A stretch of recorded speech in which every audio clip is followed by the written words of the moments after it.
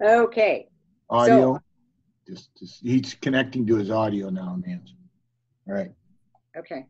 So All right. I will call this meeting to order. Roll call, please. Director Sewell? Here. Director, I apologize. Vice President Martin? Here. Director Grasha? Here. Director Duncan? Here. My apologies for being late. Thank you. President Wright? Here. Thank you. We have quorum.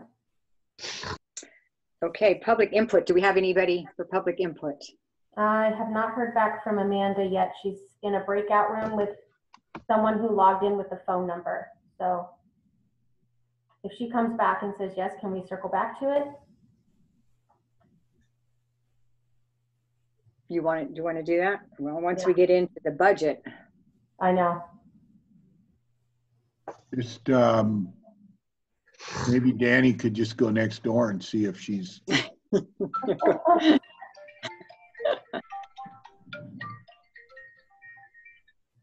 Hey, I got a meeting. I'm starting my board meeting at 3.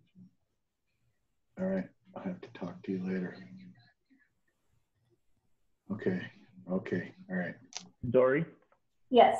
Amanda does not have anybody. Thank you. You're kidding. Nobody for public comment. Thank you. Go from one offer. That was, hey, communication, what can I say? Okay, so we'll go for our items for discussion, mid-year budget review, and proposed FYI or FY 2020-21 supplemental budget request discussion. Item number 1, I will turn that, oh, he's still on the phone. Okay, Matt, I'll just give it to you. But you're muted. Thank you, Madam President. Good afternoon, members of the board and staff. I'd like to go through my mid-year budget presentation with you. And let me get my screen shared here.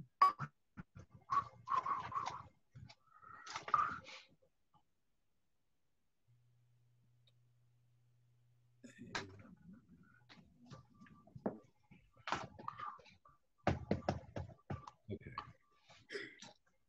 Can everybody see that PowerPoint page? Yes. Okay, good. All right, so we'll get going. For the fiscal year, June 30, 21, we are about halfway through our budget cycle in our fiscal year. If you remember, back when started this process in March, we were moving to the COVID-19 pandemic. Therefore,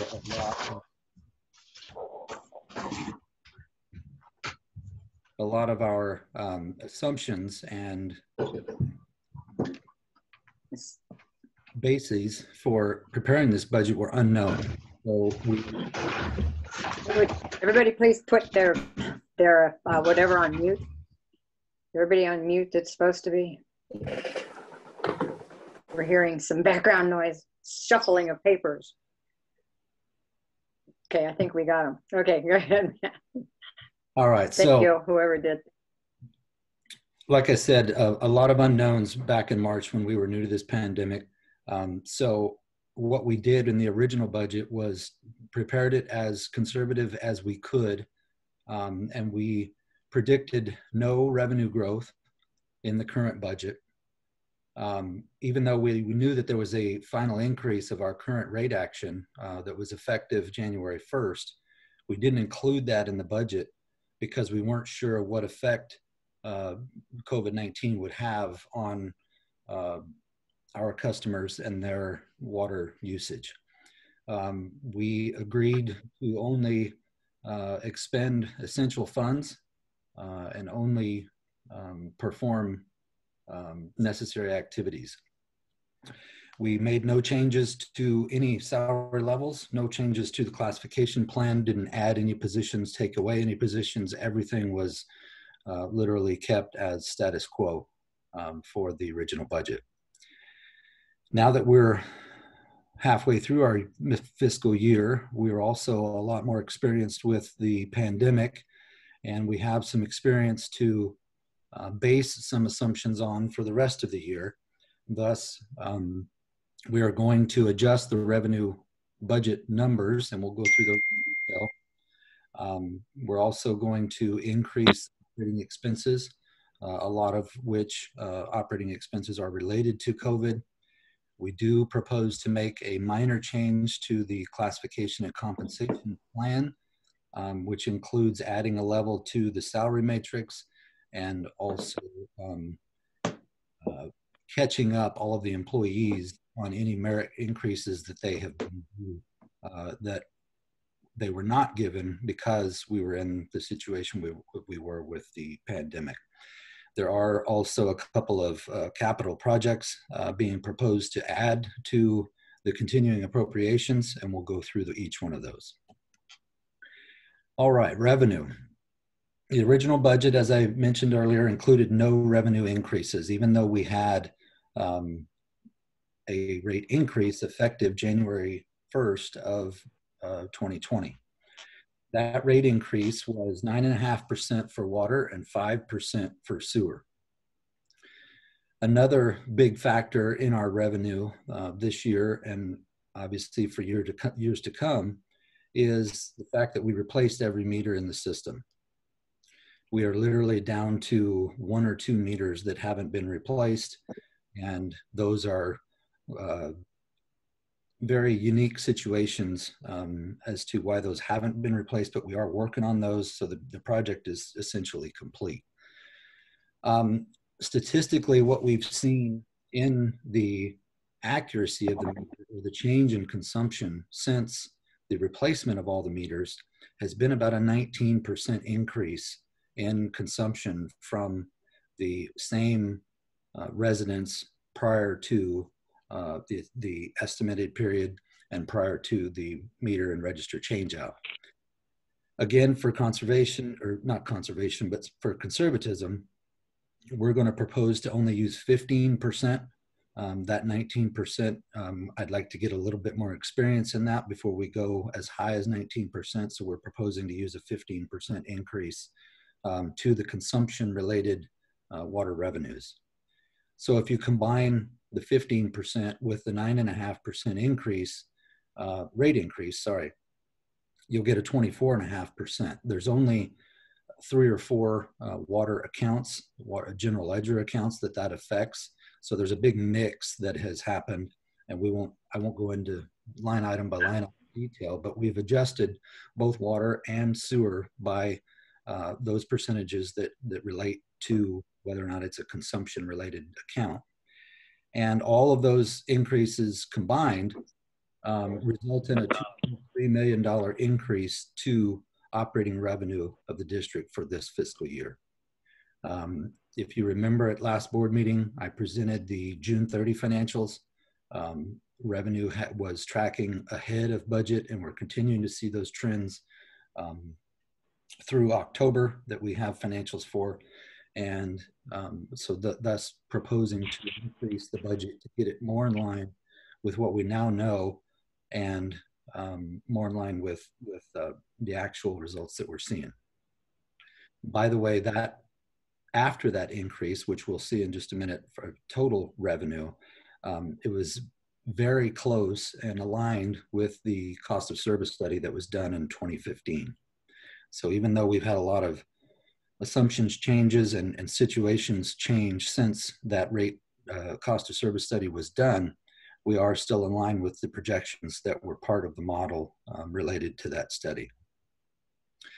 Okay, moving on to classification and compensation. We are proposing that a COLA adjustment be given to the salary matrix, thus the employees.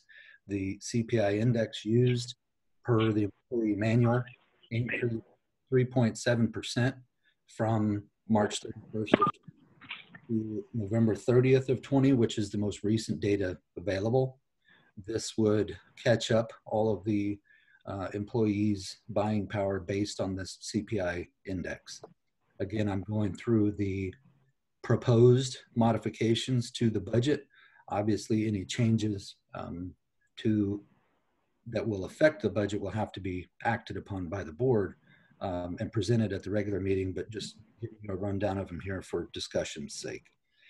The salary matrix, I mentioned earlier that one new level was going to be added to the salary matrix, to adjust for the new assistant general manager position.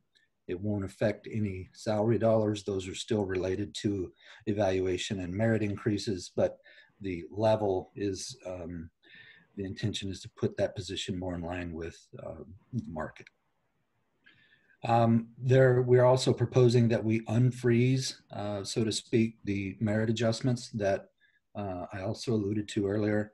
There are employees that were due merit increases and earned those merit increases per evaluations, but didn't get them because we were kind of in a lockdown state because of the pandemic and all of the unknowns. But we're proposing that we catch that back up. We have had, I believe, 3 employees leave the district in the last year related to salary levels. So we are intending to catch things up and get our salaries and benefits more in line with the market. There's also a proposed adjustment to the GM salary.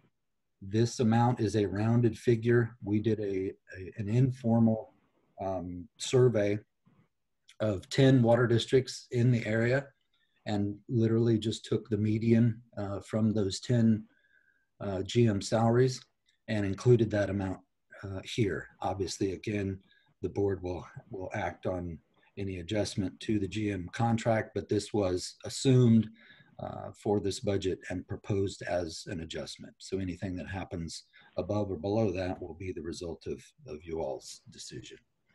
Operating expenses, I mentioned earlier, there are some proposed operating expense increases. A lot of these are COVID related. I'll just walk through these so to give you a little more information on each of them. Conservation, the $150,000 added there is related to a turf and toilet program that the district is participating in. The one thing about this everybody needs to know is that the $150,000 here is driven by a grant. And all of our grants are expenditure driven, which means you basically spend the money and then ask for reimbursement. So we can't spend the money without a budget line item. Thus, we're adding this amount, but that $150,000, essentially all of that $150,000 will be offset by grant revenue. So it's a net, not a net increase to district expenses, but like I said, it's a timing issue. The backflow program, that is not a new program. That was 100% oversight in the original budget. That program has been under contract by an outside party for several years. It was strictly an oversight, and I'll take responsibility for that, and no more excuses there. Information technology, we're proposing an addition there. Most of this increased IT spending is related to COVID. We've had to equip several of our people to be able to work better from home and accommodate the AB schedule. And it's worked out well so far for efficiency and productivity, but obviously comes with some expenses. The Help to Others program is for our customers. This is where we are taking our cell site revenue, the leasing of lease revenue that we get from our cell phone antenna sites, and using that to fund the program that's administered by the United Way to help our customers pay their bills when they have that need. Training, also somewhat related to COVID. There's some minor amounts. Purchasing is COVID-related supplies. Also field service. You'll see legal is a large number. As you are all aware, There are more than one lawsuits going on currently with the district, and that $500,000 is an attempt to cover those expenses for through June of 21. And the 254,000 is the number from the previous slide related to salaries, wages, and benefits.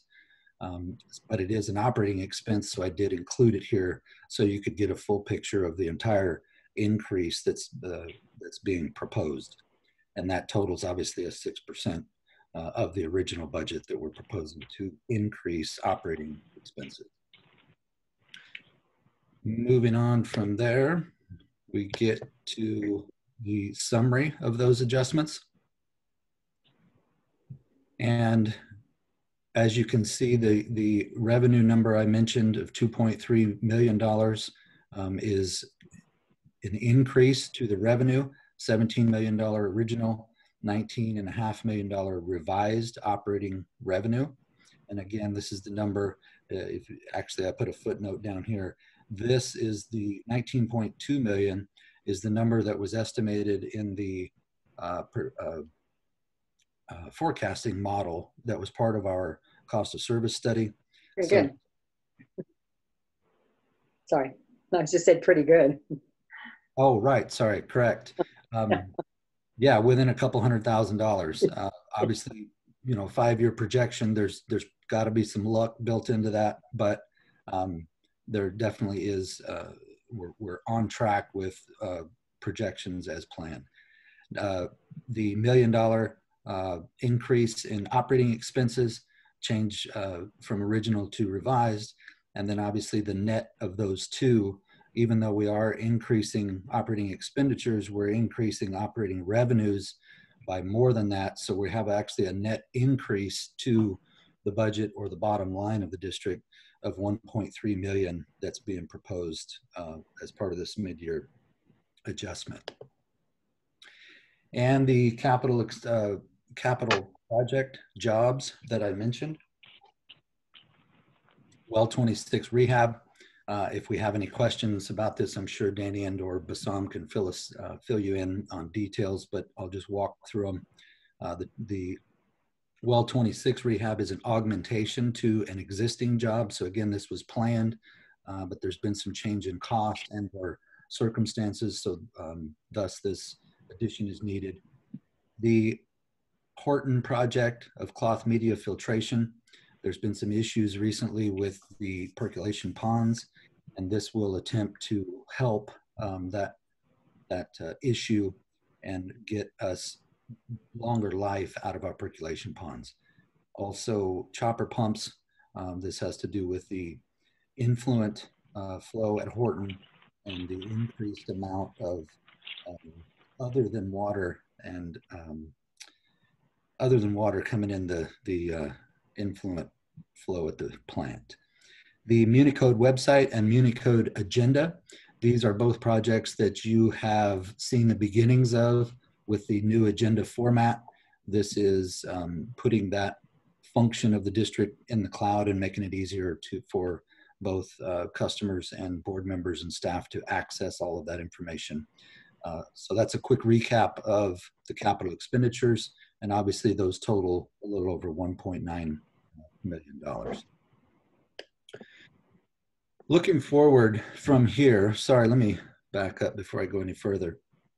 These are the pieces of the budget and the numbers that we're proposing and that will be included in the regular board meeting later this week and next Tuesday that will need to be acted upon. So this is the technical part of this. The other half of this workshop is related to our administrative building.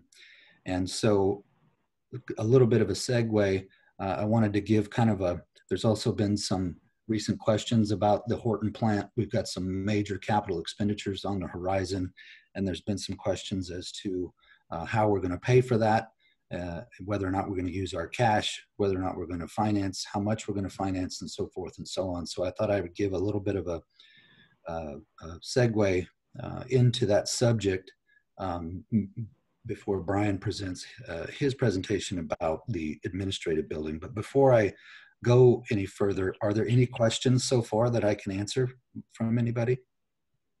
Okay, I'll start with Vice President Martin. Do you have any questions? Yeah, one, I have, in your presentation, Matt, you said that comparing the general manager's compensation, you can use a comparison utilizing 10 jurisdictions. Could you name the jurisdictions you utilize in your report? I can, if you'll give me just a second.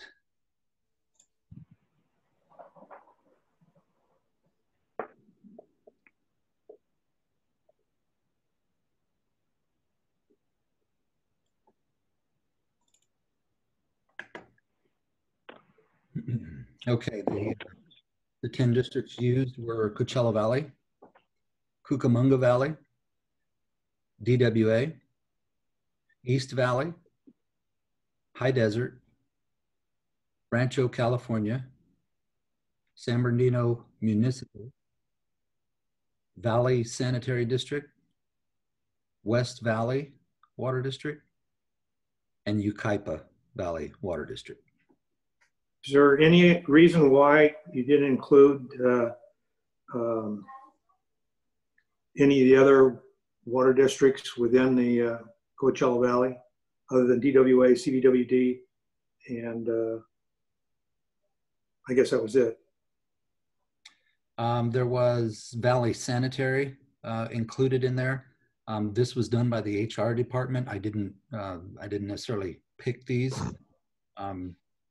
And I don't know that I know the answer as to why these were picked. I'm assuming they were closest in number of employees, size of district, so on and so forth, but I would have to find that out. Yeah, I'm happy to respond if you want me to. Oh, thank you, Ariana. Yes. So back in 2015, the district conducted a comp study, and those were the agencies that were utilized. At that time, the determination was made that those districts or agencies were going to be used because they were determined to be most comparable to ours. Yeah, you see that the public is not going to compare, is going to look at this and say that we're cherry picking, as opposed to comparing the compensation levels with other jurisdictions in the Coachella Valley. And out of the 5, you've only included 2. I'm concerned about that, but okay, you can move on. The other ones are cities, and the other one is a private. There's 2 cities and a private in Coachella Valley. I understand that. I understand that. Okay. We could still do a compensation comparison for the general managers. So That's probably true. Okay. Director Grasha, you have any questions? Oh, Yeah. oh, excuse me, Director or Vice President Martin, you were done, right? yes, I'm done. Thank you. Okay. Director Grasha. Well, I didn't hear in there that we've, at least I heard something about 5 years ago, we chose some agencies to compare with. I can't imagine in any way, shape, or form how CBWD would compare with us. Their agency is 10 times the size of our agency. I think the board had trouble with that back in 2015, if I'm not mistaken, on the comparison. So that kind of. Well, okay. When was the last time this agency has done a comprehensive classification and compensation study district-wide for every category of employee from the very bottom to the very top, including the board? That was back in 2015. And that was done by what firm? I do not have that information. It sounded like it was something that was conducted in-house. No, I know there was a third party. Matt, do you recall? I remember the individual's name. I don't remember the consulting firm's name, but it definitely was not done in-house. Okay. Can you share that study with the board so that I can see that? I guess this is going to be back again. Yes. to vote We'll on, be able to vote on this, yes. Not today, but another Yeah. time. we're going to vote on this, I guess, Monday. Is that right? Is this, Mm, no? I don't know. I don't know what's on the, I don't know. Well, it said on the agenda discussion, so I assume we're not voting today, but I assume. No, we're not voting today. You're absolutely right on that. No. Well, we will get all that information before we have to make a decision on it, yes. And I didn't catch in your presentation any discussion of us. We have currently all of our employees, rank and file at least, kind of in a holding pattern from last year. Where is that increase included in this conversation? When you say a holding pattern, are you talking about salary increases? Well, they didn't get their cost of living in 2020, I guess 1920, and I didn't hear that in here. Is that included in this? It is. If you'll notice on the slide that's on the screen now, the first item is the COLA adjustment. All right. So the CPI index that All right. we usually use was, we went back and looked at that, and the 3.7% is what has been included in the proposed budget, and that represents a $209,000 increase. Okay. I'd like the district to consider, in fact, before we go any further with new classifications, we've added a new position in the ranks, in the higher echelon, if you will, and without any, other than what you might have done in-house, I didn't hear any discussion on the board level of approving any particular you know, what that position would include. I know you guys know amongst yourself, but I think that the board deserves to participate in at least examining a fresh study that would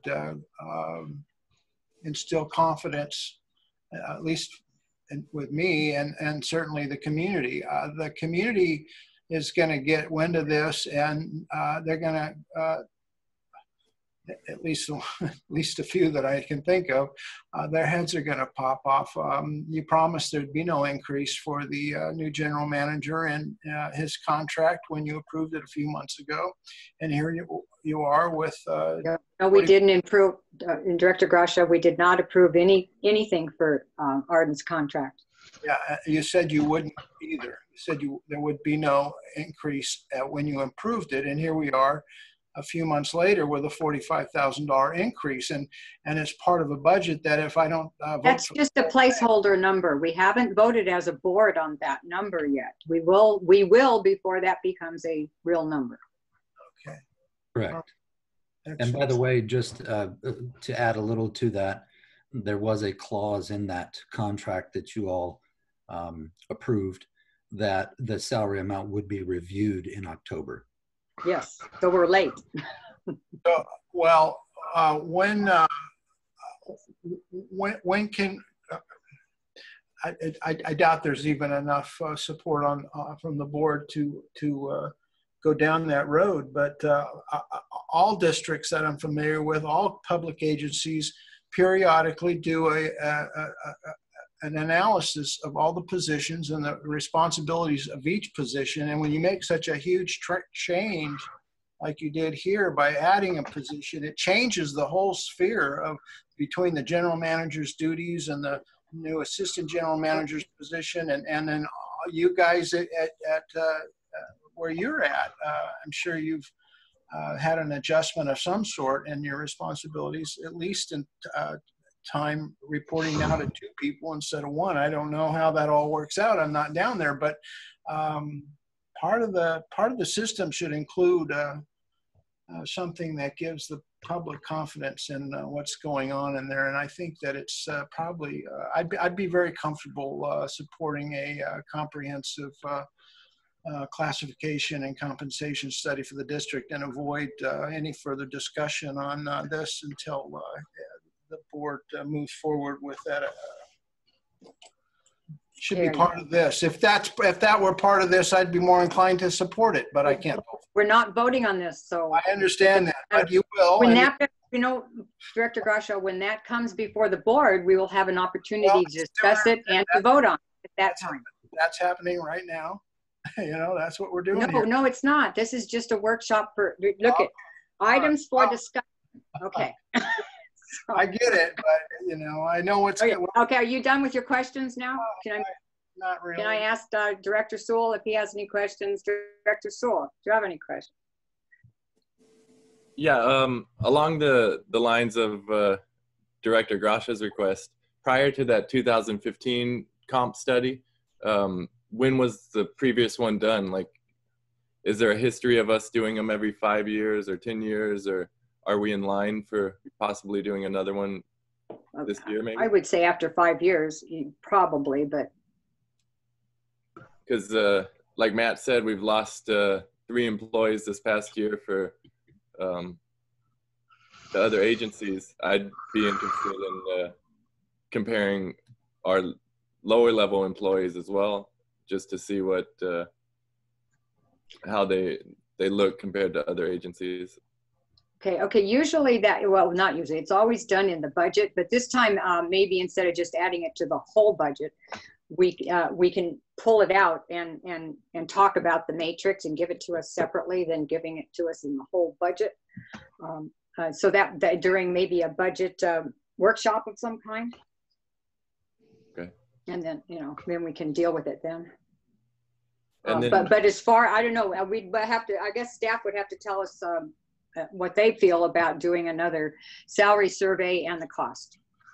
This is Arden. We've talked already about this, and we were going to propose that another class comp study be done. I proposed the one in 2015, and it was very helpful. It wasn't necessary, you know, I would recommend that if we do another one 5 years later, that we go out with a very reputable firm, a larger firm, and get a very good evaluation of you know, how our salaries compare to others. And because we are, like Matt said, losing people, we're starting to lose people because to other agencies, because they're just essentially paying more, and that can happen at all levels.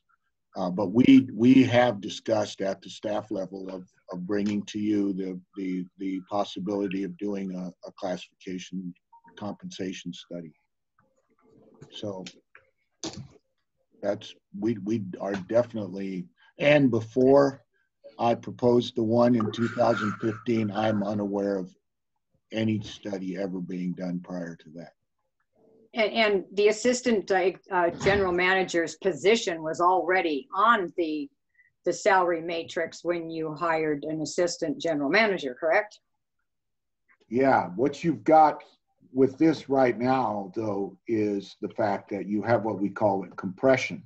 In other words, the salary matrix, if you go to the top range, and which is what Matt was saying, and you go to even to the top step in that range, that is probably $25,000 more than what I'm making. And that's, you know, and all organizations should work from that top down. And so that's the issue that we're contending with. Okay, well, today's not the day to solve that problem. So Director Sewell, do you have any more questions? Just one other question was, if I could just get a little more info on those 2 expenses for the Horton plant, the capital expenses. Were those projects that we delayed due to COVID, or just ones that we need to get going? Yeah, I can't see all of everybody on there, but are you available to answer that question? I am. I'm just trying to figure out how to unmute myself. Can you guys hear me? Yes. Yes. I have Sam and Lee on board to talk about more technical, but to answer the question that you asked, I can take care of. One's COVID driven and one is essentially pushed off because of COVID. budget, some of the money that we pushed off back in the original 2021 budget, the current budget year. So to answer it more direct, the cloth filters or the effluent filtration system, the larger number, the 1.5 million, is we were putting together at the time of the current fiscal 21 budget. And because of some of the discussions to push off what would be considered non-essential, we also needed some additional information in order to arrive at a final number. And we made a determination to push it. So that's why we're seeing that it made the chopper pumps, which is the other item, is specifically driven by COVID. We are pulling our pumps. We have finally reduced it to 4 times a week to 5 times a week. And those also include weekend days from 7 days a week. As you recall in many presentations, we talked about the ragging issues or the need to derag our influent pumps at the pump station. And that's because of the quote unquote flushable wipes that are being used. So right now we are pulling our pumps, and staff has looked at that over the course of the last 3 months, visited sites, visited manufacturers, CVWD, City of Palm Springs, and they've used chopper pumps, and they take care of that. They take care of that in the front end. So that is upgrading our influent pumps to chopper pumps, putting the chopping capability at the influent pump rather than further down the line in the process. Thank you. Thank you. Director, Duncan, Director Duncan. Question? Yeah, actually the assistant GM position has been on our rank structure for several years. Pushed Arden for 2 years to put somebody in that position, and he took a long time to do it. So I know that's been on there and budgeted for several years. Class comp, CVWD in their board meeting this morning is actually looking at hiring a firm to do the exact same thing. I don't know if it would be reasonable to talk to them, see if we can go in together and split the cost of a comp, or if we're comparing apples to oranges, with our size, if it would even be, comparable. But keep that in mind. On the $150,000 construction grant, that is a grant that we can get reimbursed for. Do we have any administrative money in that, or would we basically administer that whole thing at our expense? I believe it does allow for some administration and staff time to be allocated to the project, but I would have to consult Victoria to confirm that. Okay, and then last question, I see our income is exceeding our outgo, and that's a good thing. I realize it's expensive to run a business, so occasionally you gotta open up the wallet a little bit. But in our budget or in our reserves, Chrome 6 has been on a back burner for a couple of years. If Chrome 6 rears its ugly head and comes back at us, do we still have money set aside for those improvements, new equipment, whatever it takes to handle Chrome 6? Do we still have money for that? Go ahead, I'm sorry. We don't have money technically set aside for that per se, but it's definitely on our radar. It was also part of our cost of service study that resulted in our rate action. But that's also part of the rest of my presentation. So if you will, let me complete this, it might answer the question you're after. Oh, that's a very novel idea there, man. Okay, does anybody have any questions on, okay, are we done? Are you done, Randy, with that then?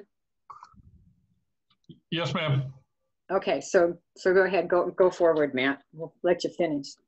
Okay, thank you. So looking forward, what do we do with these increases that we're seeing in revenue? We're seeing net increases to the bottom line. Even though we're increasing expenses, we're still revenues are outpacing expenses, which is a good thing. But obviously, being that we are customer service and customer owned, we need to be careful of how big those increases are on the revenue side. So to give that a little context and to give you the rest of the picture and start to look forward, each month the picture on the right is the board summary page from the internal financial statements that I present each month. And one of the items that we show on that report every month is the debt service ratio. The debt service ratio represents the income after all expenses are paid that you have available to serve debt, pay debt. So that debt service ratio in October 31st of 2020 happened to be 9.73, and that is an unusually high debt service ratio. 1.25 is what is required as a debt service ratio by all of our existing loan covenants. So all of our existing loans require us to produce enough revenue to be able to serve 1.25 times the amount of outstanding debt.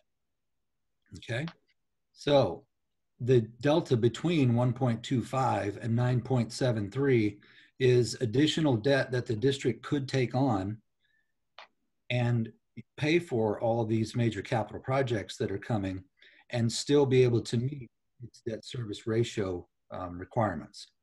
And if we translate that ratio into dollars, we have about $3.9 million available for debt service currently. Okay, so you don't ever want to extend yourself all the way to the maximum debt service amount available for debt service, because then if any little thing happens, then you can't service your debt. So for purposes of this discussion, I use 3 million instead of 3.9 million. And so what we're doing here is backing into what does that mean? That available debt service, what can we get with that? And so what I did was I took the most recent, as you all know, I sit on the CSDA Finance Corporation board, which does a lot of project financing for districts across the state. Their most recent issuance was at 2.4%. And if you'll recall from recent discussions about the regional plant, we have been told by the State Water Resources Control Board that through their SRF program, their most recent rate is 0.9%. So again, to be conservative, worst case, if interest rates do start to go up, I use 2.5%, but that's a conservative number. It's probably closer to 2% and definitely closer to 1% for any SRF money. So that $3 million annual payment at 2.5% over 30 years, we could afford to finance $62 million in debt based on current debt ratios. Again, so just to give you all a little context as to, yes, we are kind of catching up from coming out of survival mode from the recession, and the financial position of the district is probably the best it's ever been. But we have to be careful to keep it in context and keep focus of the larger picture, because even though it seems like the bubble is swelling now, not that the bubble is going to burst, but we do have a lot of large capital projects on the near horizon that we're going to have to pay. So about those capital projects, and this is where obviously the last item there is the Chrome 6 facilities, $14 million worth. That is the amount that was estimated and included in the long-range financial plan and or cost of service study that was done in 2015. Obviously, that regulation has not been set yet by the state, but regardless of where the regulation comes back, staff is in agreement that it's going to be somewhere close to the original estimate that was made.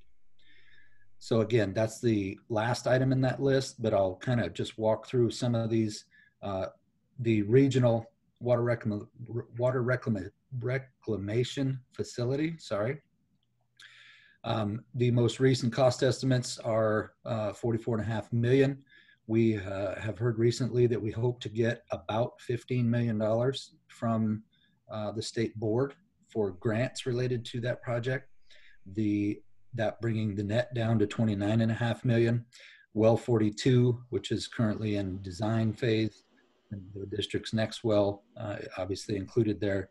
Desert Willow water line, there's been some recent discussions about that. That project is about to happen. The Vista Reservoir will be additional capacity that we plan to add to the Vista Reservoir site. Administrative building and courtyard improvements. This is the project that Brian will be presenting some information to you when I get done. But obviously, all of these major projects are on the horizon and needed by the district. And so those total close to 62 million, which coincidentally is fairly close to the figure that we saw on the last slide as far as our debt service capacity goes. So yes, financial position is very good. But we need it very good to be able to qualify for this financing to pay for all of these projects. The other place that any revenues in excess of expenses go is our capital replacement reserve. Again, this is reported on a monthly basis in the financial statement packet. This was started by a minute motion in 1995 by the board, and this was to every year look at last year's depreciation expense and take 50% of that amount and set that aside in this capital placement reserve. If we would have done that every year since 1995, that reserve would be at 35.5 million, and it's currently at 30 million. So we still have some shortfall to make up in the reserves. So again, financial well-being will be required when bond issuers and or rating agencies come and look at our financial statements. We need to be in good shape to qualify for this financing. Financing was always part of the long-range plan. It was included in the cost of service study and the financial plan that the district underwent. And as a result of that plan and planning in general and your leadership, it's starting to pay off. The 5-year rate action is starting to accumulate the net assets that we need to continue the operations and expand the system as needed. So that completes my presentation. I'll obviously answer any questions you may have, and then I'll let Brian continue on the building project.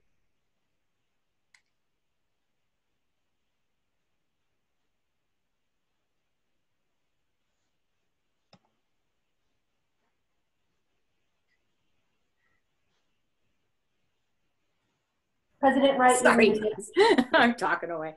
Matt, do you remember why any of that $5.5 million shortfall on the depreciation line? Do you remember any reasons why we didn't put that money in any particular years? I remember some of them. I was just wondering to mention if anybody else didn't know. Yeah, it was really a result of the recession and the lack of revenues available in excess of expenses to fund that reserve. Right, I remember we were going down to budgeting on what, 15% depreciation there for a little bit because of the loss in revenue from the depression. Yeah. Okay, yeah. Thank you. So are you done, Matt? Is that for that part? Okay, so maybe I'll ask for any questions. Director Sewell, do you have any questions for the last part of that? No questions. Thank you. Okay, Vice President Martin? No questions. Thank you. Director Randy? No, thank you. But I am glad you shared that last little bit, Matt. That made a huge difference. Yeah, yeah. Okay, Director Grasha? I had one question. The work that's planning in that I think it was $1 million for the Vista Reservoir. Could somebody give us an idea what that's going to maybe consist of? Danny can answer that question, but what it's going to essentially do is, and we'll explain that in a little bit, it's going to provide us with more reservoir capacity. Danny, do you want to help with that question? Certainly, I was just waiting for you to finish. Director Gracia, that was a request. I want to say you were here when that went in front of the board for a capital budget request. I think so. However, it has been some time, and what's been happening is the Vista Reservoir, currently 300,000 gallons, is in need of rehab. The reservoir needs interior coating, the exterior needs work, site work improvements, safety improvements. Because of the location, it's the top of the zone, several different special items that need to be done. There's no other reservoir for redundancy. Right. We would be in temporary water services to be able to take that reservoir offline. And when we priced it out, the price to do a rehab on that reservoir is almost as much the cost of to replace the reservoir. So we are looking at a new reservoir for that location in the capacity of 300,000 gallons, doubling our capacity at that site, taking care of some site improvement concerns with flood, drainage, access, security. And at that point in time, we'll have 2 reservoirs at the Vista Reservoir site, and then we'll be coming back to the board for a rehab project of the existing. So it is for a new reservoir site, a new reservoir at that site. I'm sorry, I misspoke.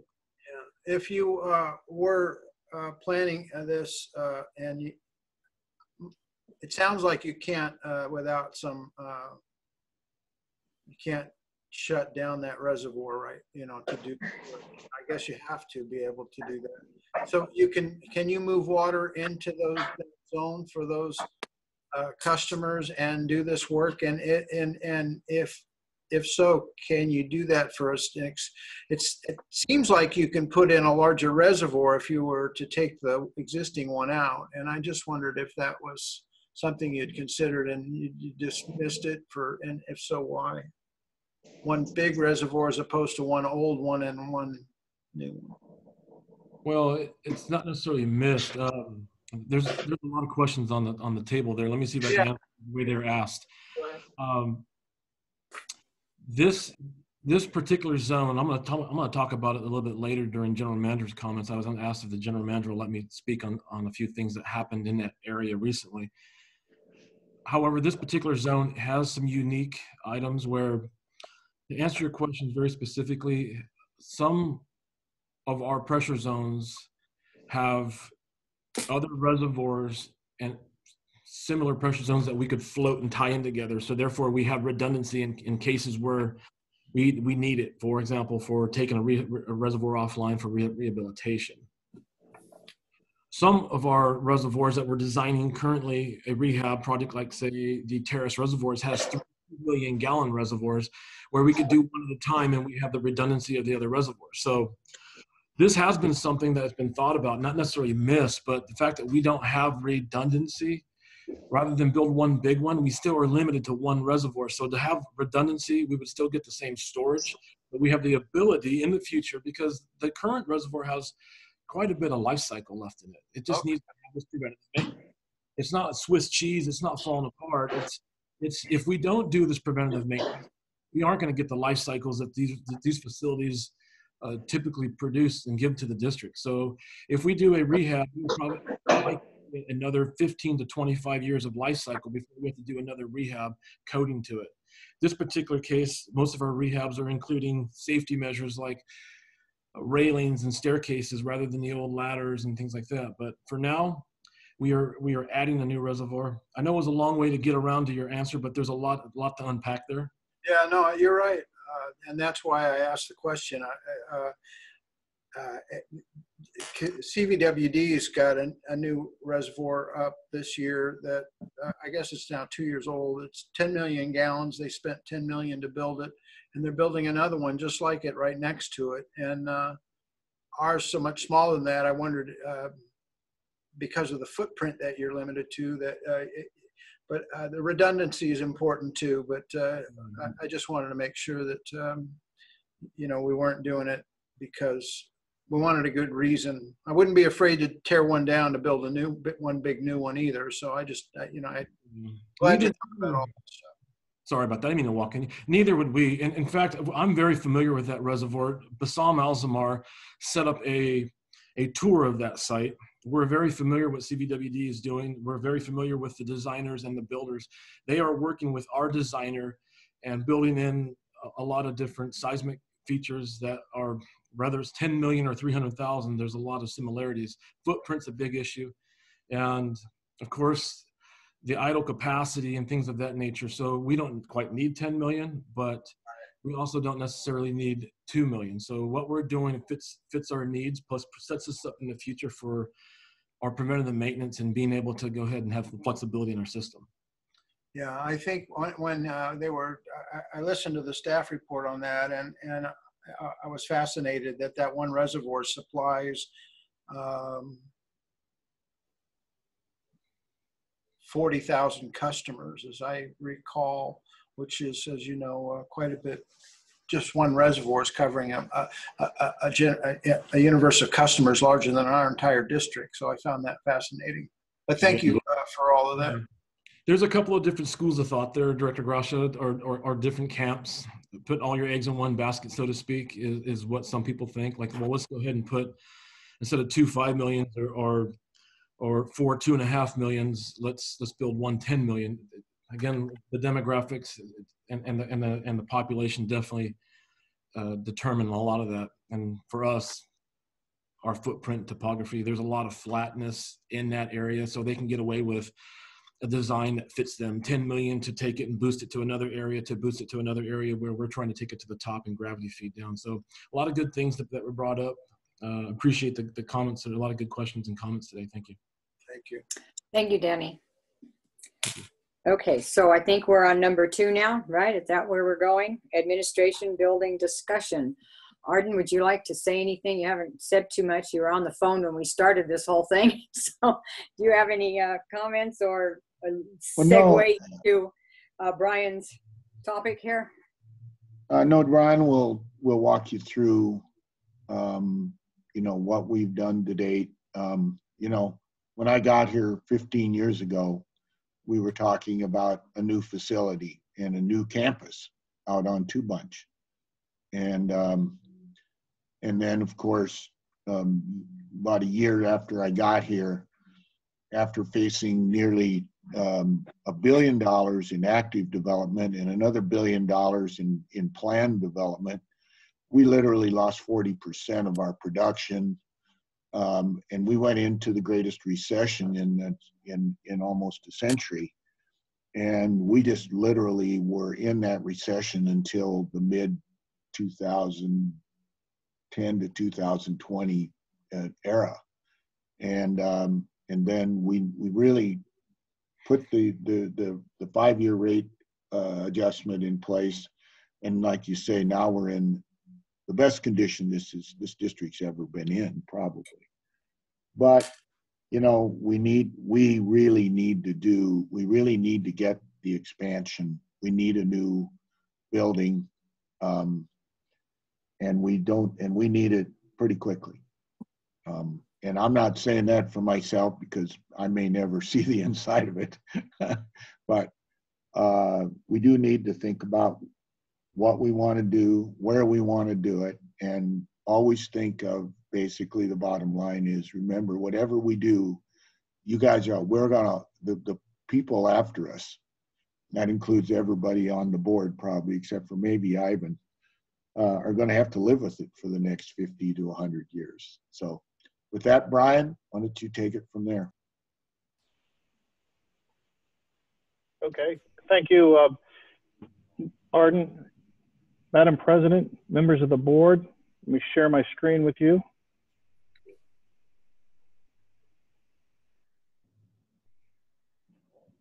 Okay.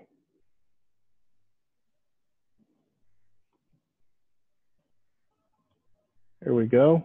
Can everybody see my screen? Yes. Yep, there we go. Okay. So this is a building discussion, and the purpose of this this discussion is to address some of the questions that we've received from board members, both during session and out of session. In reality, there's been some concern about location and things of that nature and where we've been. So I'm just going to give a project history. You've seen that slide before, a status update of where the project is, as well as some corporate yard enhancements that we've also discussed, talked about the budgeted items, and then get specific into the new building options that we're talking about, a comparison of what the board has asked us about, and then some maybe concept drawings of what you'll see at the corporate yard. So again, you've seen this slide several times at this point. We've been at that location on 2nd Street for over 40 years at this point.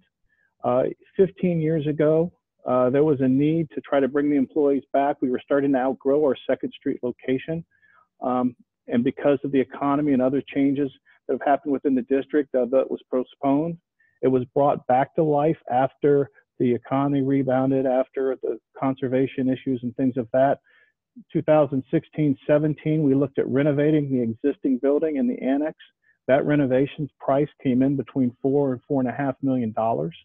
At that point, it was thought maybe it'd be cheaper or at least more effective to get a brand new building, and that's exactly what we looked at when we hired APS in 2018.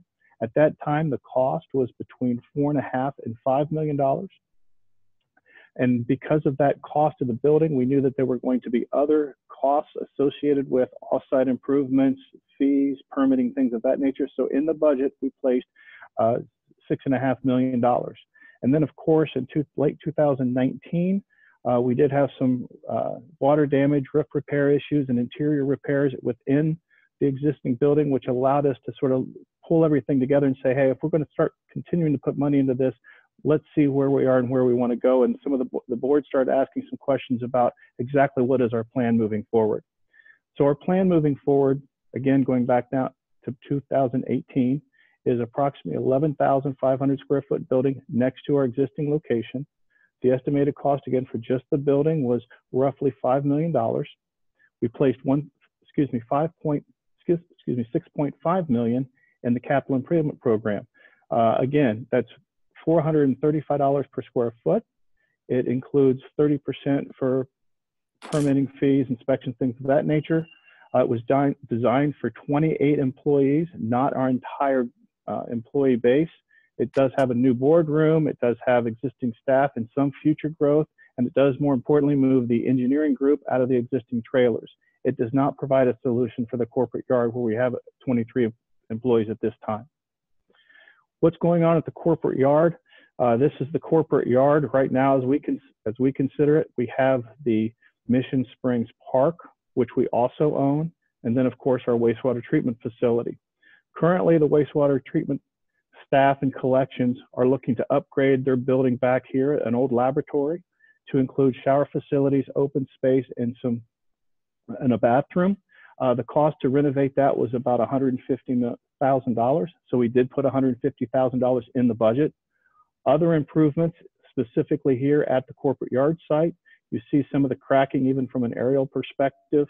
The pavement needs to be rehabbed. The wall from an aerial perspective looks in good shape, but when you actually do a structural analysis, it needs some work on it, as well as some reinforcements along the fence. Those safety issues and the asphalt is around $500,000, which we have also budgeted. But what it does not include, we have construction maintenance staff that occupy this double wide trailer here. And then we have some makeshift offices for our field services in the meter shop. We're talking about roughly 14 employees. There are no bathroom facilities in this building. They have to walk to another location, and there are only 2 bathrooms on this entire site and only 1 shower. We have estimated to provide those, what I consider essential services to our staff of about $1.5 million, a total estimated cost at the corporate yard of $2.1 million. So when you look at where we're at with both locations and then where are we at budgeted wise, again, the new admin building, we have estimated costs, we have it budgeted $6.5 million. The corporate yard site, right now, we have an estimated cost of about $2.15 million and budgeted $650,000. When you add those together and look at those side by side, you realize that, hey, we're talking about office space, bathrooms, showers, similar use, similar need. Is there an opportunity to bring these together? And I think that's where we're at right now. What does that look like potentially? Well, when we look at the corporate yard site, we do have space, roughly 28,000 square feet in the northwest location right here. And the thought being that if we could utilize this common wall, maybe we can utilize some public parking here, and then our staff would park back here behind. So at that point, we did have a little bit of revenue left over from some of the schematics that we received from our consultant regarding the 2nd Street location. Oh, excuse me, I got ahead of myself. Let's talk about what the costs are at this particular location. We looked at 3 different things. The current plan, again, it's a summary of the slide we just looked at. 11,500 square foot building, $6.5 million. We have corporate yard improvements, the total estimate plus what's budgeted. This particular plan has no property acquisition. Therefore, when you total everything up and with the budgeted, you're looking at $8.6 million and budgeted of $7.2 million. Now, if we were to combine everything at the corporate yard using the same cost structure that we had in 2018, which is $435 per square foot plus 30%, so a total of $565, 15,000 square foot, the estimated cost of the new building would be $8.5 million.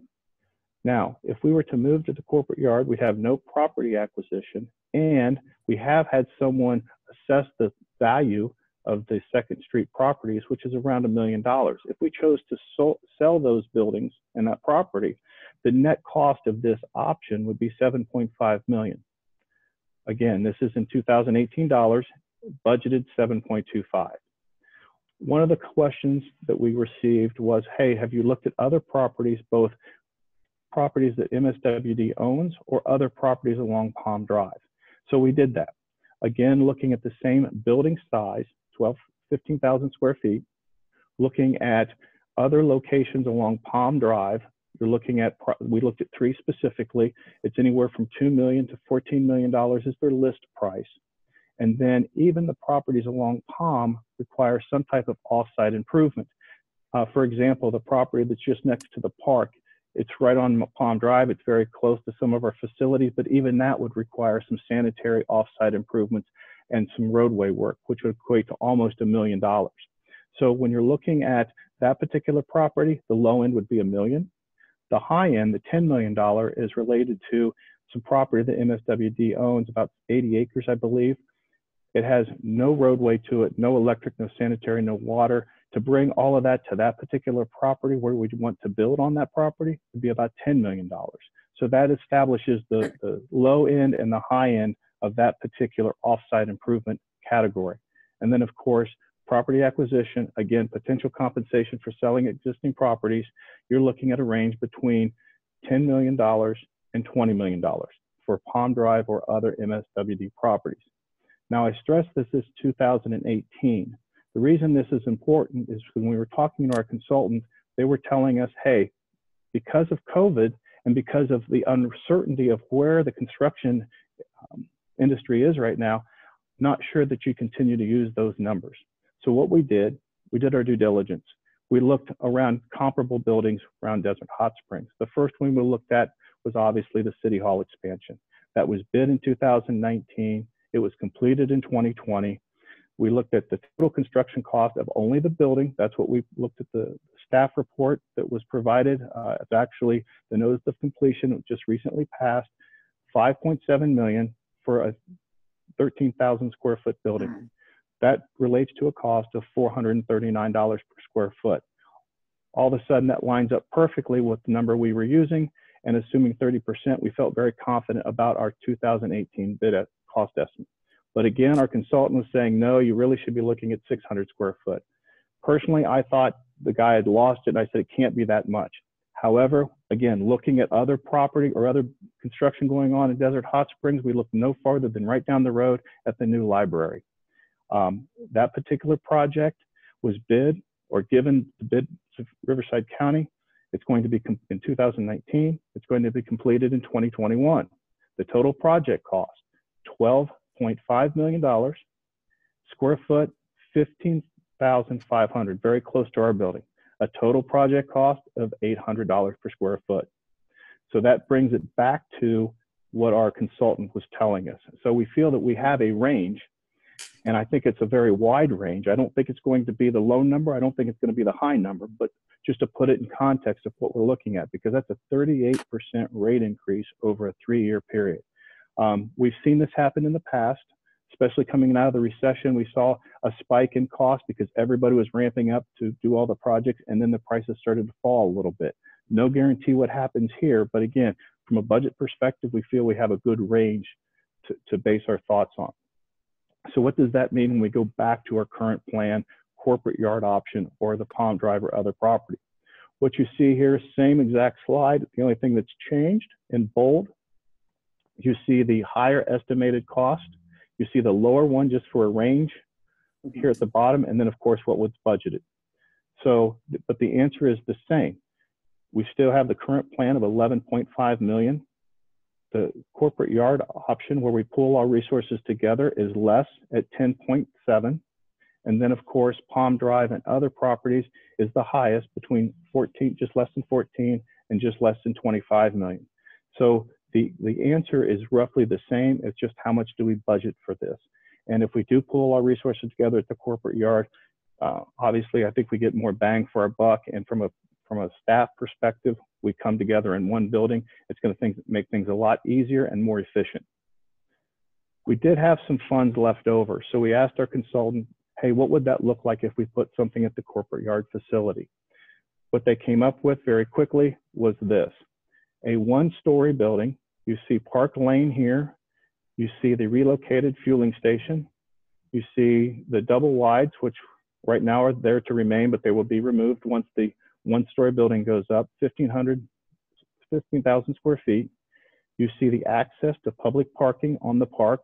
The thought being that we could utilize this space with the city.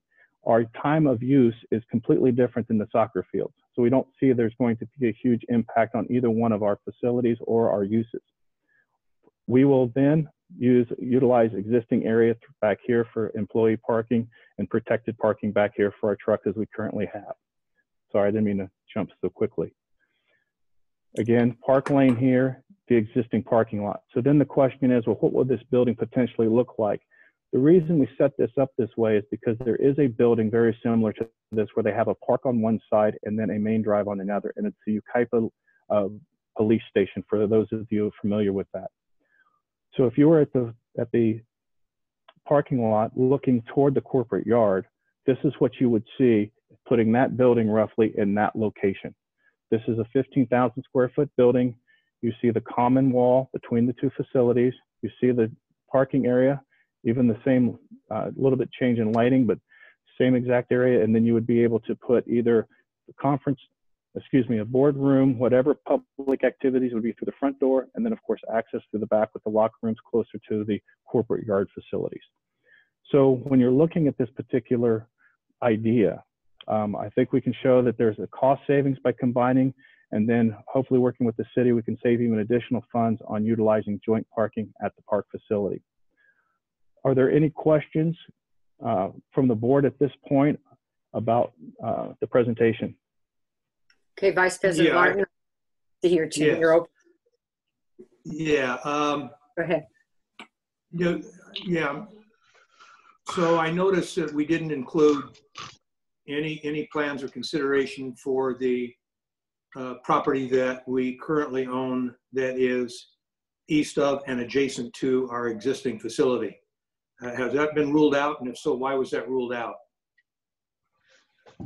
No, I think that was the existing 2nd Street, right? 2nd Street? Right.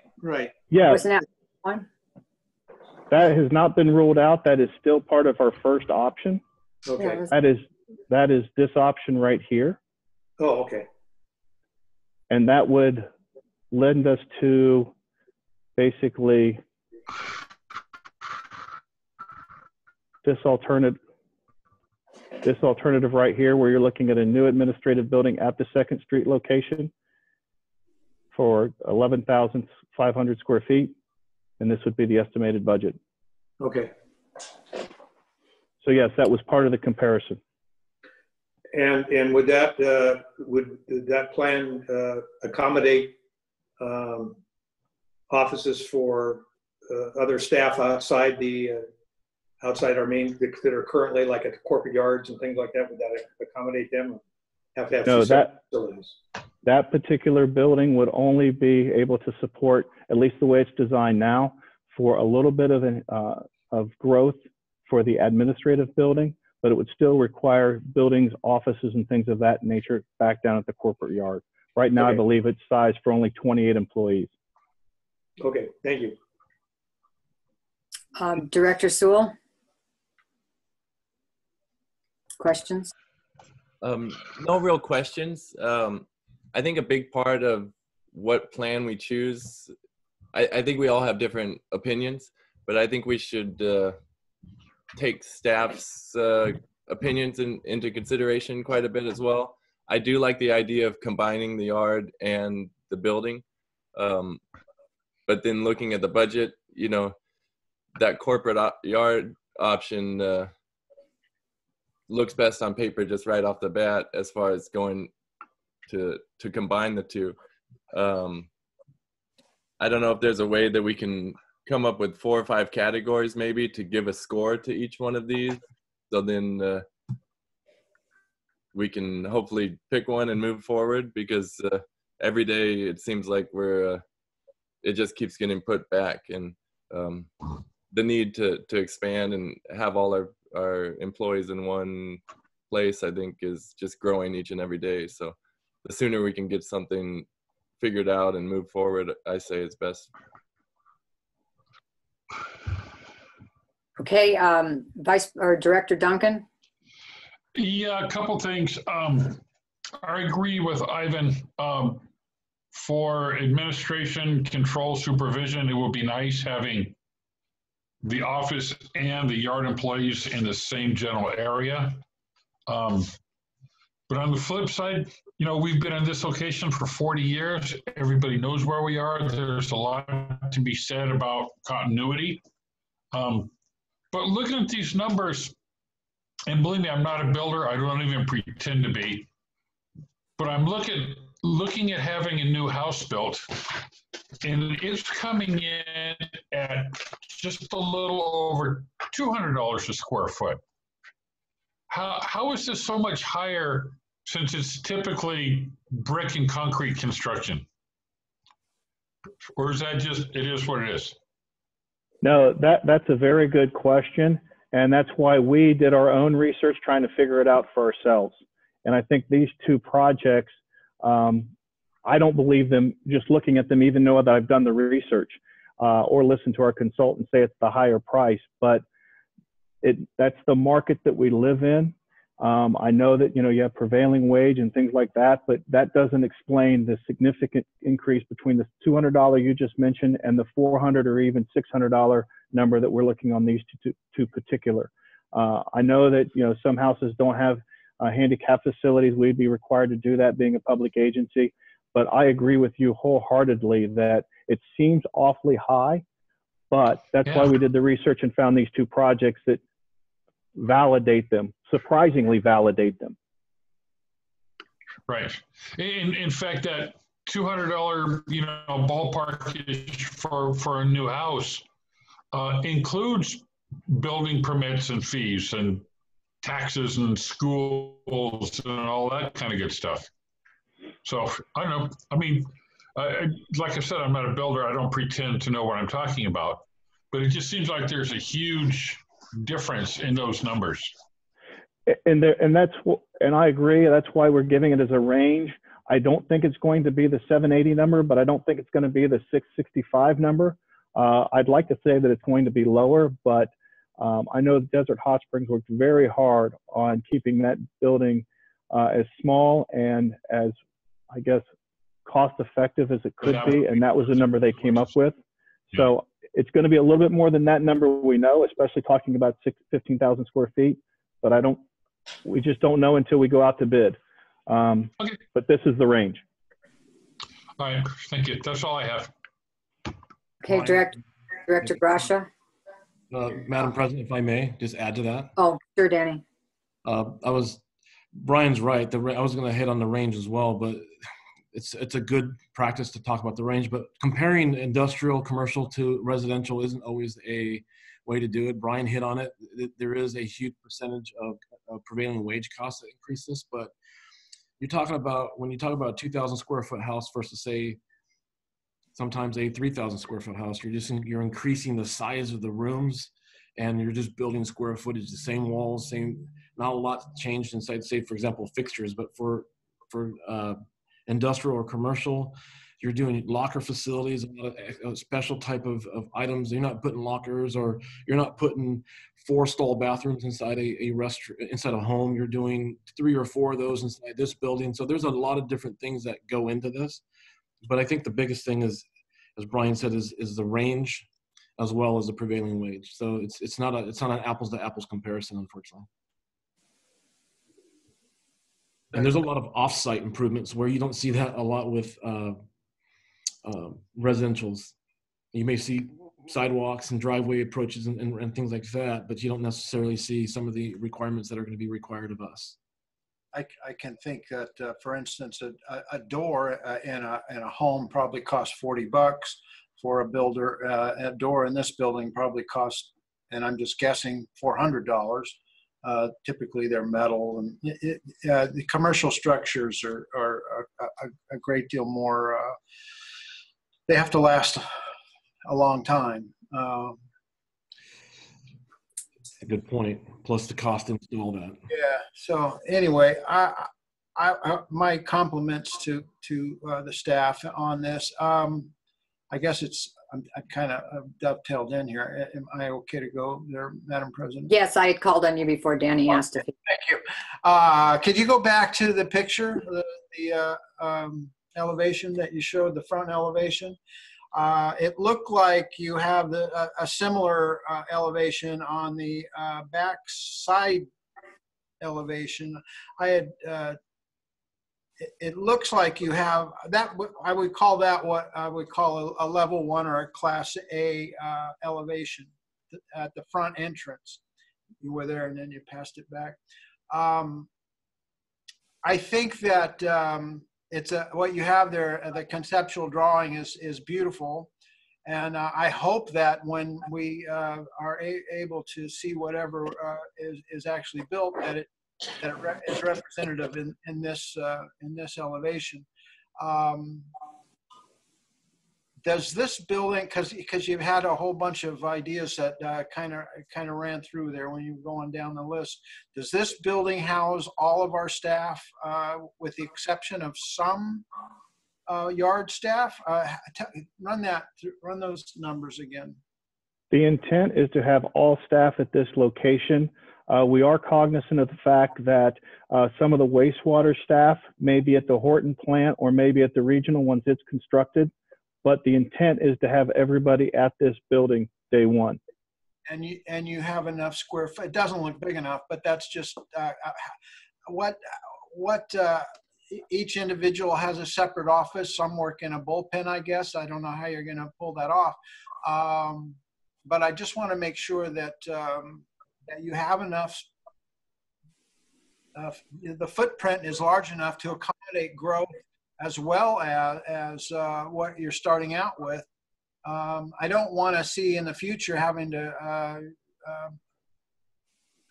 encroach too far at all, really, into the park. I don't want to start anything with them. This is this parking lot we're looking at here, I'm assuming is the current parking lot at the park, and we'll be using it during the week because they're not using it. I spent a lot of time over there when this started percolating up to kind of get a feel for what would be going on.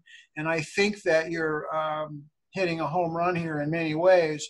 I just want to make sure you're not cutting yourselves too short on the square footage. It seems small if you're going to squeeze a boardroom in there or public space large enough to accommodate board meetings with an appropriate to this day and age for a a dais that keeps board members 6 feet apart.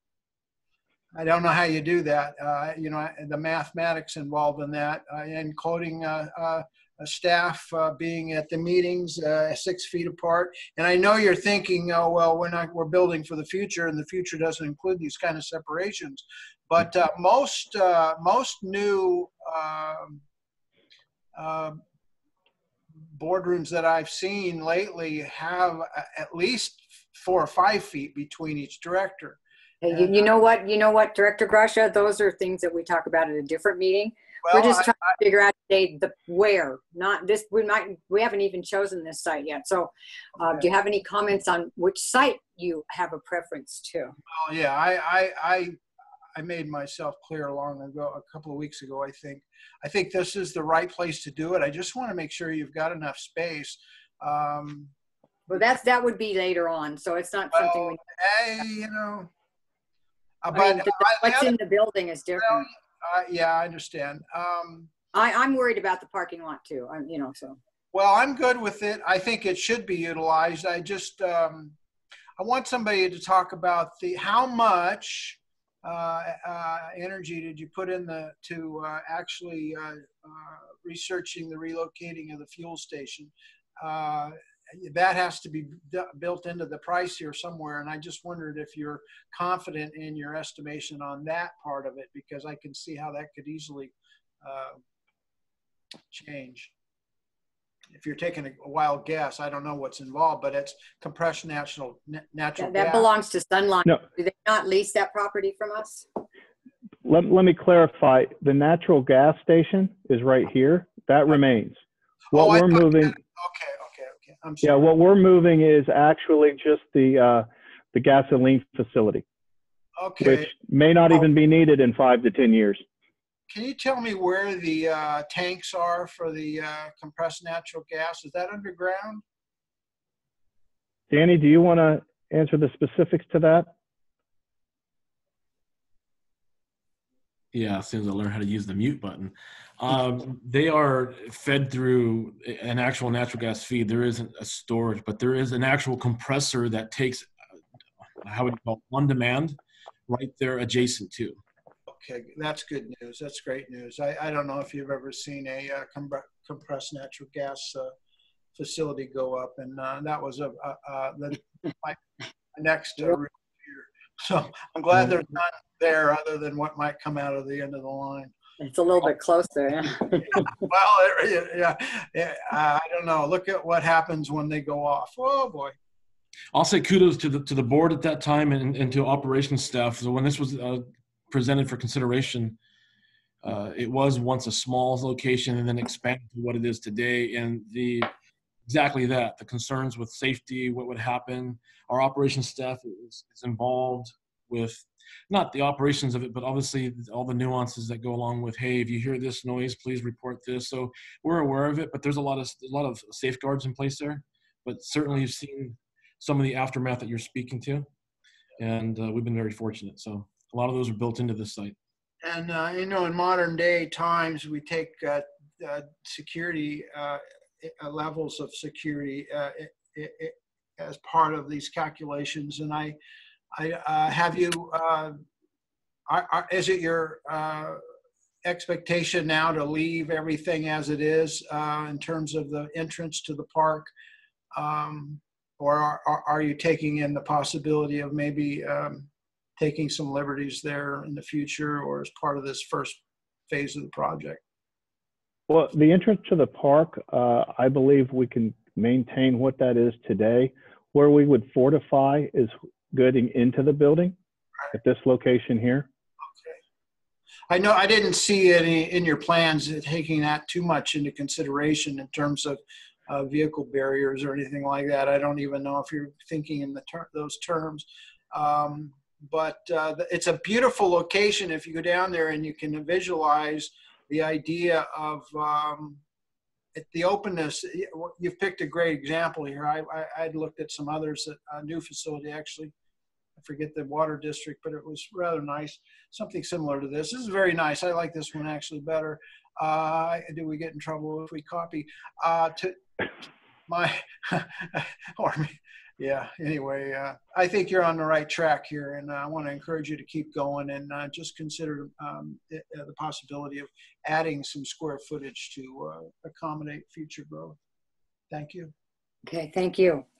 Okay, so I got just one question about the property. I think it's 20 acres that we have on Two Bunch that we were going to build our administration and courtyard and have it all there before the multi-species habitat conservation plan took up most of it. I'm not sure. Did they take all of it? I think we discussed this before, but if anybody remembers, is there any buildable part of that acreage on Two Bunch, or is it just not feasible at all? Danny, Arden, can one of you take that? Half, or the Pardon? east, it was just on the east side, Danny. How much was it? 6 acres? 6.5 acres is what we've currently, so we actually have committed the remaining parcel of 25 acres, the remaining acreage of 25 acres that was after we built well 25. So if you recall some of the items that were an issue, I see that I have a lag. Is my voice coming through clearly? No, you're okay. My video seems to be lagging. I apologize. So We can't. We don't need to see you, Danny. We just need to hear you. there you go. So out of the 25 acres, we did break it out to be well 37 and the access plus a buffer.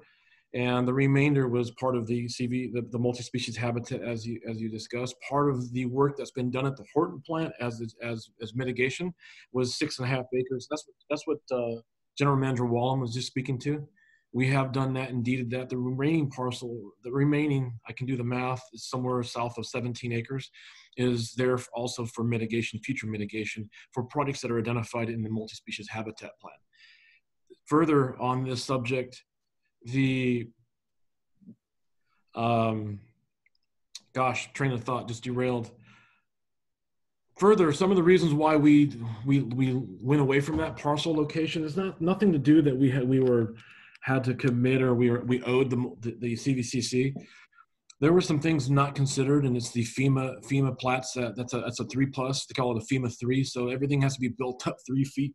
That means that was a all-inclusive corporate yard, admin building, master facility that wasn't considered in the cost to raise the entire facility 3 feet above that flood zone. So those are things that at 17 million back then was, I believe the cost was in north of another 5 or 6 million to that cost of construction. So that was some of the reasons why, not all the reasons, but some of the reasons why we didn't change our mind that we didn't need a new facility or we didn't need that size, or we had other things thrown at us. It no longer became the ideal site. Once that happened, then it became an ideal site for property mitigation through the multi-species habitat. Okay, so nothing has changed then on that 20 acres. There's not enough room. It's not feasible. Is that the answer? I would say that it's not feasible, and it probably doesn't fit the master plan that AGM Macy is speaking to, and of course some of the future expansion concerns that Director Grosh has brought up. And the other site that I'd mentioned just once, but I don't know if you probably haven't done any research on it, would be the regional plant site.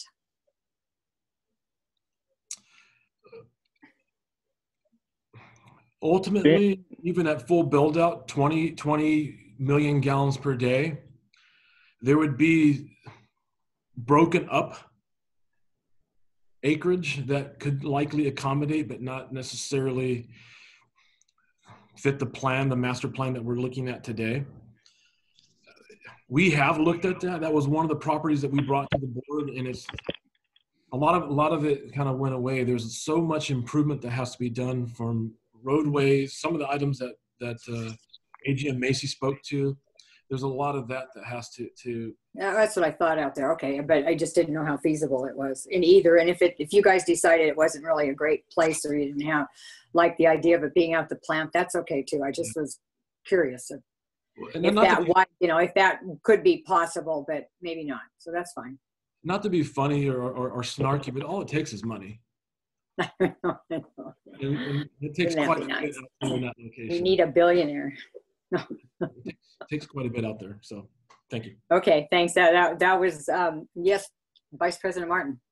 Yeah, I think the key question we have to come to grips with is how important it is to have all the employees under one roof, as opposed to keeping them separate. And once we determine that issue, then it becomes a little more, it determines where we're going to put it.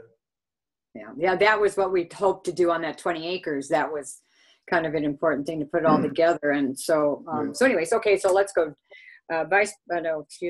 Director Randy, do you have any preferences or any comments on the reason? You're on mute if you want to speak. Okay, nothing. So, okay.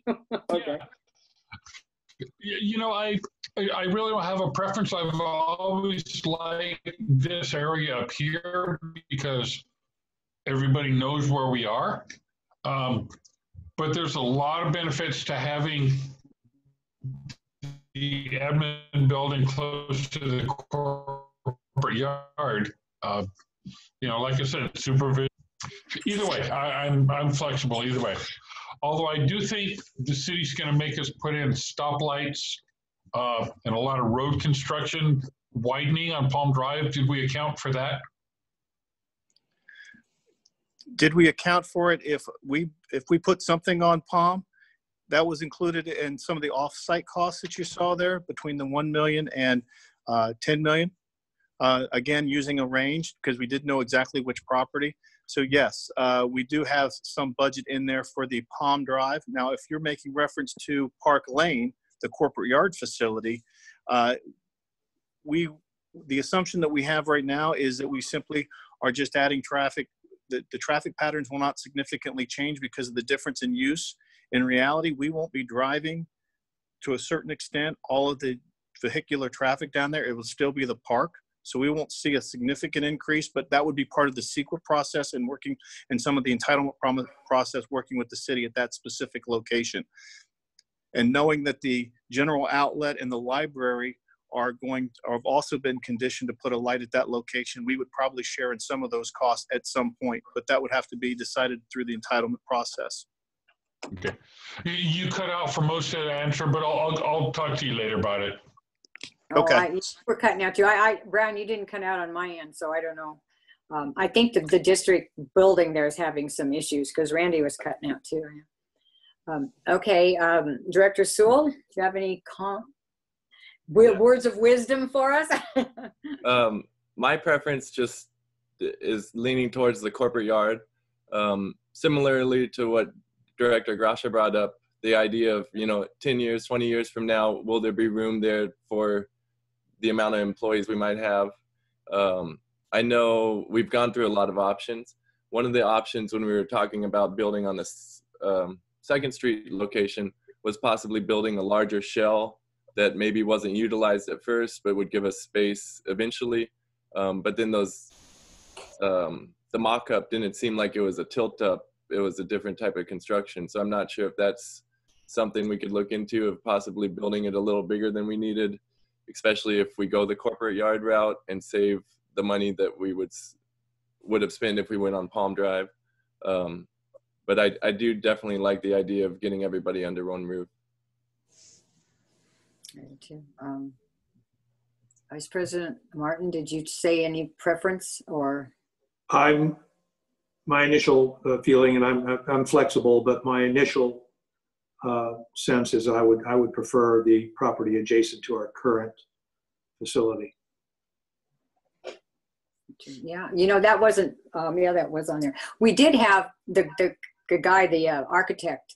He did draw some plot plan and put the buildings on it. And I think that last time we talked about it with him, we picked that corner that would be 2nd Street and 1st Street, and what is that, Ocotillo? So I guess it would be our corner right there on that corner, and we talked about putting the front door there. I know we had some drawings and stuff like that for that particular site. I don't. I'd like to hear.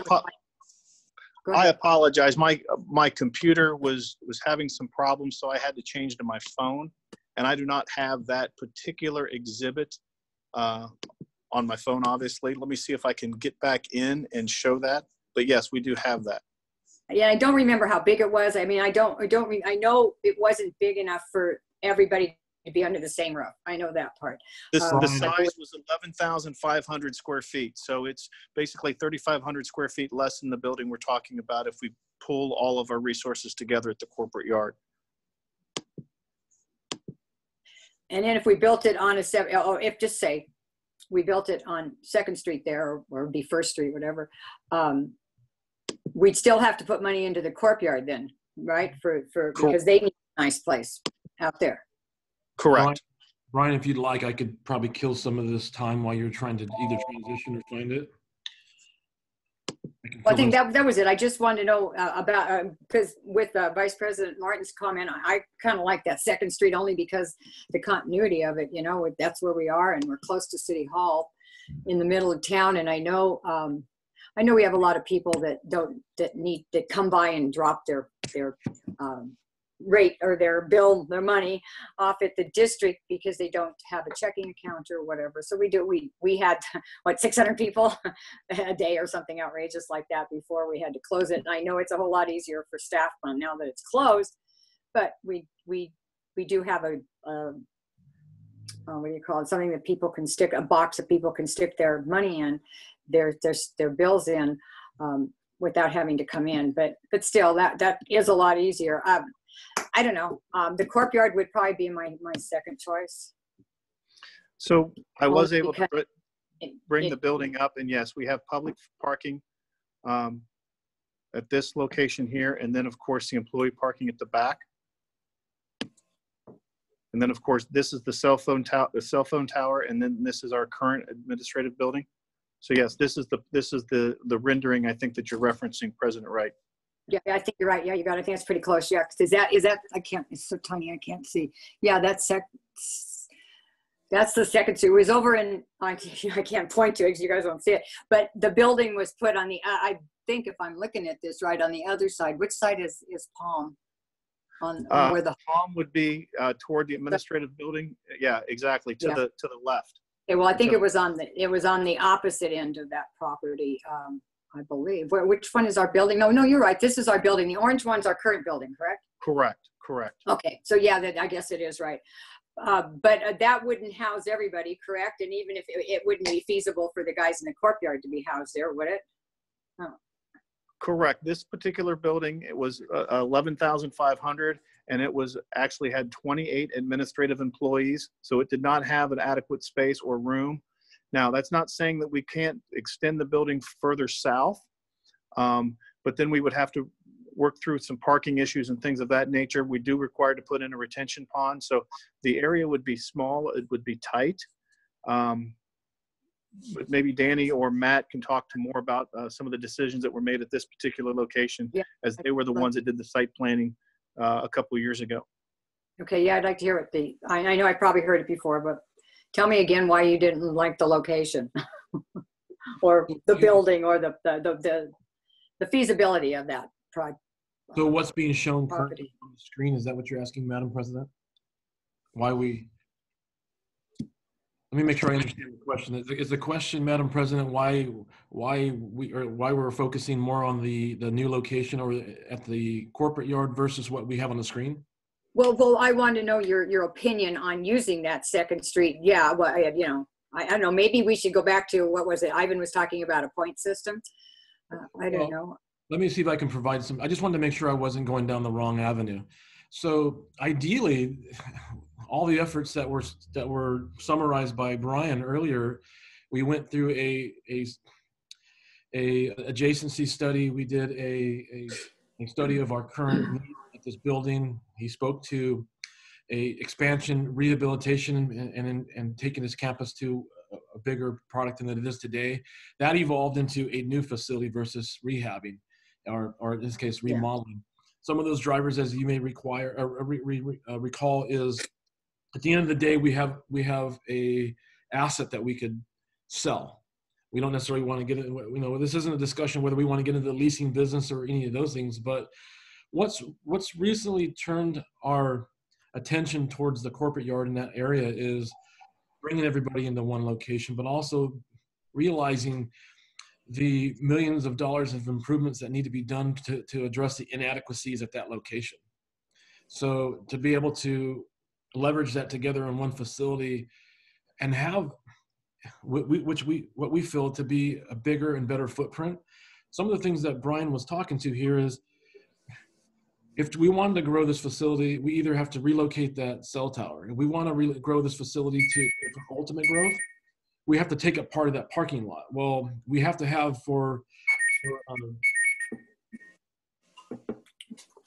I'm sure that's not my unit, is it? No, it's mine. I don't know what I did to my phone, but I have to do all of the notifications and sounds are all crazy right now. Sorry. So all of the items to expand that location, we can expand it. We can go larger. In order to do that, we're likely going to have to relocate a retention pond, take up part of the existing parking lot. There goes some of the value of the building that we have that we assume that we'd be able to sell. At the end of the day, we still have not brought our entire district together. And there's more than just, it's not just to keep that watchful eye on that staff. There's a lot of efficiencies built into having people in the same building, travel time, everything that we've spoken to in previous meetings. But I don't want to say that Second Street Second Street, expansion at Second Street is still a viable option, but it may not be the best direction this district wants to go in as far as staff's perspective. We have the opportunity to bring everybody together at one location and do it for a lesser cost. Okay, thank you. Thank you. I had a quick question on the corporate yard location. I know your mock-up showed some parking within the yard, but would the majority of the parking be the existing parking lot? No, what we would do is we would be able to relocate much of the parking that we use now for our staff to other places next to the Horton plant or next to the percolation ponds. So yes, all our staff would be in the corporate yard. We would allow that the park be public and always be public would be our intent. Okay, because I know just a few years back when we made the closed campus to where we had the improved safety, that was a big issue for all of our staff to have them all within the property. Yeah. Brian, did you say that there was room for growth out there at the courtyard for the building and stuff? Yes. Roughly there was about 28,000 square feet available right now at that location, and we were only looking at taking a 15,000 of it, so there would be possible for expansion of a new building or knocking out a wall, and we can put that as part of the plan to have future expansion or an extra breezeway to connect to another building. But I think the one thing to keep in the back of everyone's mind is the corporate yard. We have so many of our infrastructure there that won't be able to relocate it to, let's say, Second Street, for example. We can't put a gas facility there. There's parts of that facility that always have to be there. So if you're looking to move everybody in one location, while the Second Street has a lot of usefulness, a lot of history, it may not be the best place for everyone to come. So if we're going to stay in that location, we may want to just continue to be separate and go down that path. And that's not a bad path. It's where we are right now. We could move forward right away with a $6.5 million building at that location.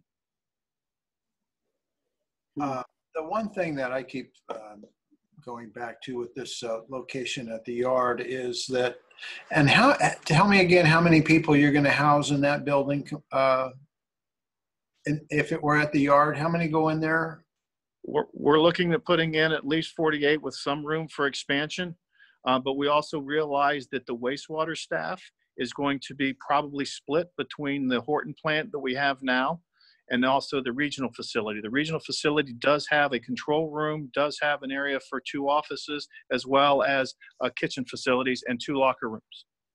Well, the advantage of, for me, having that in that location is that during the week, that park facility is utilized very little. Placing the building there makes the water district's headquarters a center of the park. It doesn't encroach on the park at all. It makes the water district accessible to the public. It gives the advantages from a PR standpoint from every kid that goes there to play soccer on the weekends is going to look over and see that building and have a bit of pride that he's never had before in his water district. He's going to hear his mom complain about the water prices. Then he's going to look at that building and go, gee, look at that. That's a pretty nice place.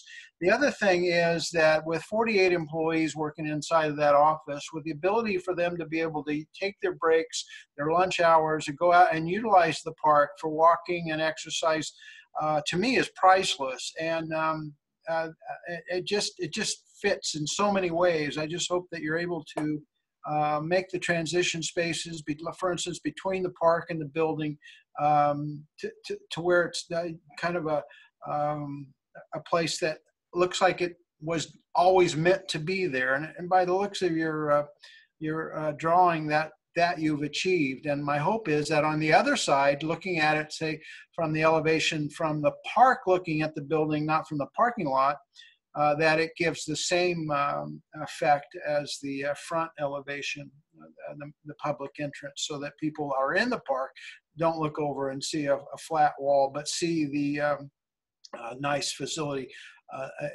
I would say four Class A frontages doesn't scare me. I don't think that the extra costs that might be involved in that are, at least in that way, you're doing two sides. But I think you're so close, and it just seems right for these people that work for us to have that opportunity to be able to go out there, have their lunch under a tree. Most of them will go out for lunch, I'm sure, but the idea that you can take your break and go out and walk around that facility, and it has a walking track. I've used it many, many times since I've discovered it as part of this process. And I see old guys out there walking their dogs and trying, they're just like us. You know, they're trying to get away with picking up their dog poop, but there's other people around that encourage them to do that. It's a community facility, and it'd be great for our district to be a part of it since we own it. Well, you're making some really good points there, Steve. So, okay, but okay, so it kind of looks like everybody's kind of favoring the, as far as I can tell, favoring that the courtyard. I would suggest that before we do anything, that you go talk to the city, see what the permits would entail, see what they think, see what they say about it. I mean, you never know. These guys are normally they're hard to work with. I've been told that they're really hard to work with, and they make you do a lot of stuff that you think, oh, why are they doing that? So I would like to see you go over and talk to the city and see what they are going to want for that site, off-site improvements of what kind, and that stuff might be a good idea to get that taken care of before we actually make a real solid decision on that property. What does anybody else think? Vice President Martin, have any comments? I think that's a terrific idea, President Wright.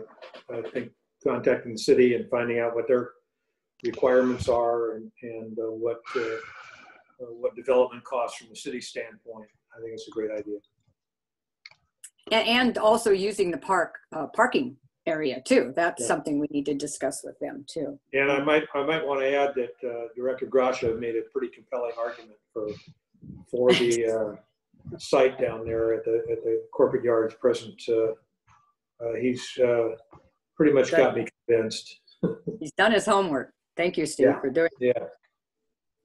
Yeah. Anyway, so Director Sewell, is that work for you? Works for me. I like the idea of moving forward, and maybe we can get rid of option 3, the Palm Drive location, and simplify it a little bit. Okay, Randy? Yeah, I'd say definitely go talk to the city. Permits, parking. I still would ask the question about traffic lights, because we have a lot of people turning left into our area there. Their requirements. Yeah, I want to know their requirements. Yeah, that would probably be a good idea. So, Arden, Come on, come in with some of your words of wisdom. I think we finally are at the end of this. Do you have any comments yourself, Arden? No, I'm fine. Whatever you want to do. I mean, you didn't have any preferences yourself? We didn't hear your thoughts on it. No. Okay. Did you guys get what you need at this point in time? You know, I don't want to leave you hanging. Who do I talk to? Arden? Who? Brian?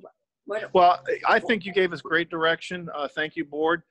We are going to, based on what I wrote down here, and you can correct me if I misunderstood, but we are going to reach out to the city and find out what some of the requirements or conditions of approval would be if we were to develop on that site. And then I think another suggestion I heard, I only heard it from one member, but I think it's a good idea, is maybe a scoring matrix of some sort, so we can actually establish a rating criteria, put something together maybe at another workshop, so we can actually score everything and say, here's our answer, so we can then move forward. So I think I heard those two things, and I think both of those will help in the process. Okay, good. So move them forward. Yes, Randy. One final comment. You know, somebody mentioned that a lot of people around this area walk to the office to make their payments. And I can appreciate that. But you know, we have a lot of people in Dos Palmas who are in the same boat. They've got to drive up here to make a payment. They would be happy to see a building down there. So right, and the parents. Yeah. Soccer parents. Yeah, the amount of people we upset, we'd make the same amount happy on the other side. Yeah, it seems to me that staff was leaning towards that side too, as far as their top choice. I could be wrong, but if anybody has anything else to say, even staff or anything at this point, speak up. I just want to add one thing. When you're talking to the city, you might, we're going to have to absorb some of the costs or the impact on their facilities. And, I have no problem picking up the tab for maintaining the parking lot is something that I wouldn't have a problem doing. You may run into other things as well, but I don't think they're going to hit us for a new signal light out at Park, but they might. And if they do, well, we'll take a look at that. Putting in the new library there, I can't imagine that they allowed that in there with a traffic study that if it didn't require it for a library, that how could it require for another 40, 50 trips a day? So go ahead. Yeah, I don't want to continue to talk about what we know, but we believe because that grocery outlet already has a left-hand turn, it's already set up to match up with Park Lane to have a light at that location. So I believe what you just said is correct. The library or the city is going to extend that light at some point, possibly even before a building goes up. But coming into the city now, they'll probably condition us to add that as part of our cost and part of the cost sharing. So I think that is already in place, but we may be asked to cost share in that. So we'll confirm that and bring that back to the board. And I just okay, yeah, I'd like to hear what they have to say about the parking situation. These things are always scary when you step off to do them, but believe me, over time, inflation will make this decision look cheap, on the cost in the long run. I remember when Sonny was mayor, I participated in the remodeling of their conference room, which at the time seemed like a huge amount of money. I can't remember the total amount, but I remember the chairs were $560 a piece, and that was in 1990. And people lined up at public comments to complain that we spent $590 on these chairs each. And I noticed watching on YouTube the other night, those chairs are still in that building. They're still being used. And when you take the cost of doing it right over a period of time, suddenly things come into better focus. So I'd like to see you guys continue to move forward and doing it right and making the community proud. I know that right now, after the stress that the district employees recently went through with the new meters going into service, this is going to sound like, we're living high on the hog. I don't want to give that impression at all. This is something that needed to be done long, long ago, but wasn't able to happen. And after going through the experience of this past election and seeing what you guys were able to get away with and get back on the board, I had no problem taking the heat for this in 2 years. So there you have it. Okay, and as far as the costs go, that the inflation costs of those buildings, right now, it's my understanding that materials are just sky high because of COVID mainly, and transportation and whatnot. But so hopefully, you know, by the time we get ready to do this, it's not going to happen quickly. Listening to Matt earlier with all the, I know we, you know, with all the loans and stuff that we're probably going to need, I think our number one is the treatment plant. Make sure that we've got the money in to do that. And we certainly don't want to use all $62 million of our debt money that we have, that we could use. We certainly don't even want to get close to that. That could be for emergencies or whatever down the road. It's not, I don't think it'd be feasible to, you know, do all those projects. So it might be a while. So maybe the costs, I guess what I was getting at, the costs hopefully will go down. Construction costs will hopefully go down by the time we get ready to actually do some building on this. So anyway, okay, that, I think we've done enough. I think we've had enough. I guess if nothing else, I will adjourn the meeting. Okay. Arden was so quiet this time. What, Arden? Arden, what do you need? You want to finish? You're muted. Do I have something else on the agenda? Oh, I'm sorry. I did not adjourn the meeting. I take that back. I didn't look at the second page. General manager's comments. I thought you were, sorry, Arden. I take back the. Yeah, no, we would, I would like to, okay. Are you okay? We're going to take this time to, I actually wanted to elaborate a little bit on the issues that we have with the Low Northridge booster to the Vista Reservoir.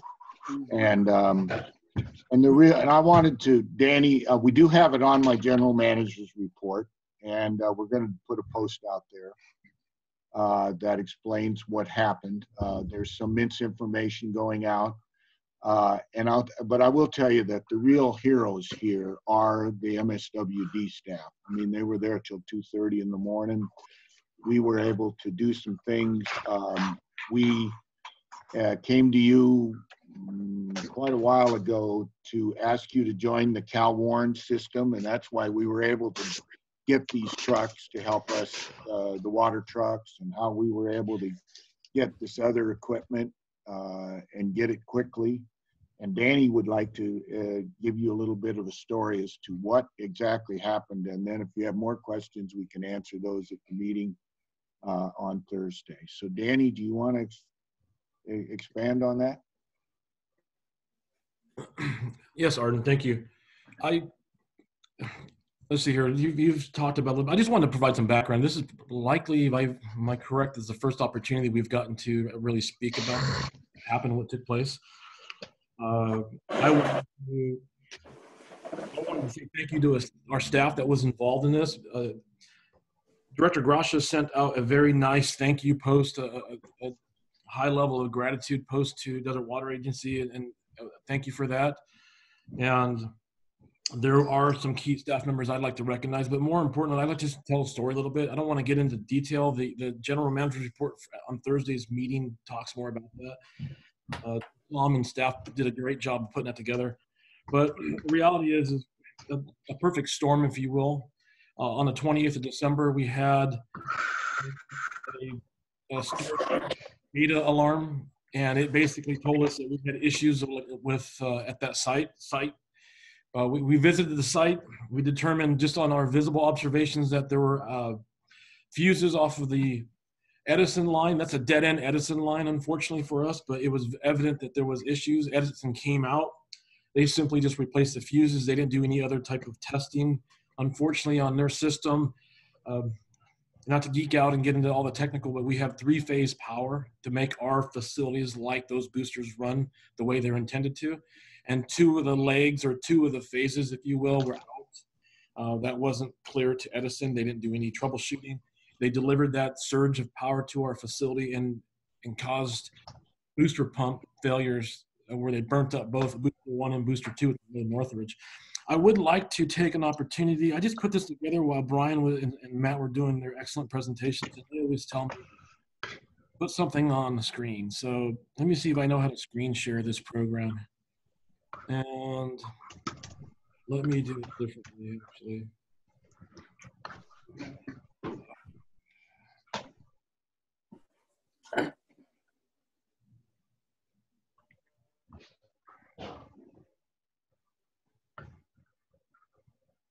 Are you able to see that screen? Not yet. Well, we see your name. There you go. Yes. There we go. So let me, I don't know if I can move this window, but like, oh, I could move the screens. So what you have in front of you is the lower right-hand corner of the screen is a red circle. That red circle represents the low Northridge reservoir. At that reservoir, we have boosters 1 and 2 that provide water inside of that green square to about 975, 985 homes. And in the upper right-hand corner of that green square is a purple circle, which represents the Vista Reservoir. Does everybody see that? That's kind of in the purple circle. What circle? So the green, the purple circle in the upper right-hand corner represents the Vista Reservoir. Okay. That Vista Reservoir feeds the rectangular, green rectangular area. So that is the service area that the Vista Reservoir feeds. The red circle represents the low Northridge booster site, which is the area that we had a power interruption with Edison. And I know this meeting is way longer than we expected it, so I want to provide just some understanding of what happened that particular day. Edison's power issue caused pump failure for us. Even if we had our generators en route or on site, they caused problems to our boosters. So those were some of the bigger things. We did reach out to Cal Warren, as Arden mentioned. We were almost inundated with mutual aid and support from CVWD, asked what we needed, to IWA, up to the High Desert Water District, Bighorn, Desert View, agencies in San Diego, Long Beach area. And we were able to put together a plan once we understood what we had. We were notified by Edison at that time that power would be restored anywhere from 3 a.m. to 6 a.m., which was a concern for the district. We implemented that plan. One of the things that we had was a gentleman by the name of Perry Gertis. Perry Gertis is the operations manager for the city of Banning. That was one of the other agencies that weighed in. He, again, one of the things our staff members had issues with is our normal go-to pump companies or well companies were dealing with COVID concerns of their own, outages of staff members because of the influx of COVID cases, extended holiday schedules. So add all that together, couple that together, it was just that perfect storm. So Mr. Gertis from the city of Banning provided us a contact of a pump company that was willing to come out, relocate from somewhere in the city, somewhere, I don't know if it was Irvine, but they came off of a project, came out to us. He even went along and picked up a pump at a supply house in Redlands and delivered it to our facility, all in an effort to get pump company there on site. Another big item that went out is staff was on the horn with our state water haulers for potable water hauling, and by that evening we had 2 trucks from DWA. We had also a truck that came out of Lucerne, and we were bringing deliveries of water up to that Vista Reservoir. Other challenges, we finally got our first rain. We had staff members, 9 of them, 10 if you count the Psalm. He was out there till the wee hours, but we've had staff members that were chilled to the bone, wet to the bone, out there just giving their all because we had this emergency event happen. So at the end of the day, the pump company was able to put a new pump in the hole. We were able to get power temporarily restored. We were able to get water moving up by 2 o'clock. And had a lot of challenges, and our staff really did a great job that day. A little earlier in that day, additional teamwork happened when operations reached out to our public information area, which will probably that's Victoria and Brian, and we put out the notice to conserve water on social media outlets. So it was a great opportunity to partner there with Brian and Victoria. They were a big help. But a couple of names, 9 of them that I'd like to just mention today is Manny Rodriguez, Colton Gertis, Tim Owens, Alex Nine, Lorenzo Soto, Jason Weekly. Those folks all came in. And mind you, the challenge we also had is we've got a split team. I can't just bring everybody on deck. We are trying to keep our A team and our B team separate. So those presented some challenges of their own. Working from home was Rolando Jimenez, Juan Hernandez, and Mr. Jeff Nutter, all assisting logistics, trying to make sure we had what hydrants to pull water from, just getting staff in that area to flush fire hydrants that we can get water. So it was a great effort, along with that interagency support that we got from DWA, Director Gracia that spoke to. That was fantastic help. The city of Banning, the communication and the teamwork between the contractors, other water agencies, the outcome of this emergency situation was a success. And I just want to thank everybody's help today and provide a little background to what actually happened that day.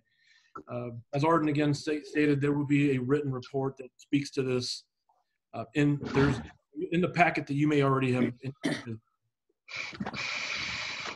That's all I have for this afternoon. Thank you, Danny. And tell all those guys you mentioned and yourself, and just thank you very much. Everybody that did what they did for that pump event. Thank you very much. And I'd like to see something else written maybe about that incident, like what you said, maybe, put it in the newspaper or maybe the Aqua News or something, what a good job and coordination you guys all did. So thank you. One thing I might add to this is that, we work with CVWD, and DWA doesn't really have any infrastructure next to us, but we do.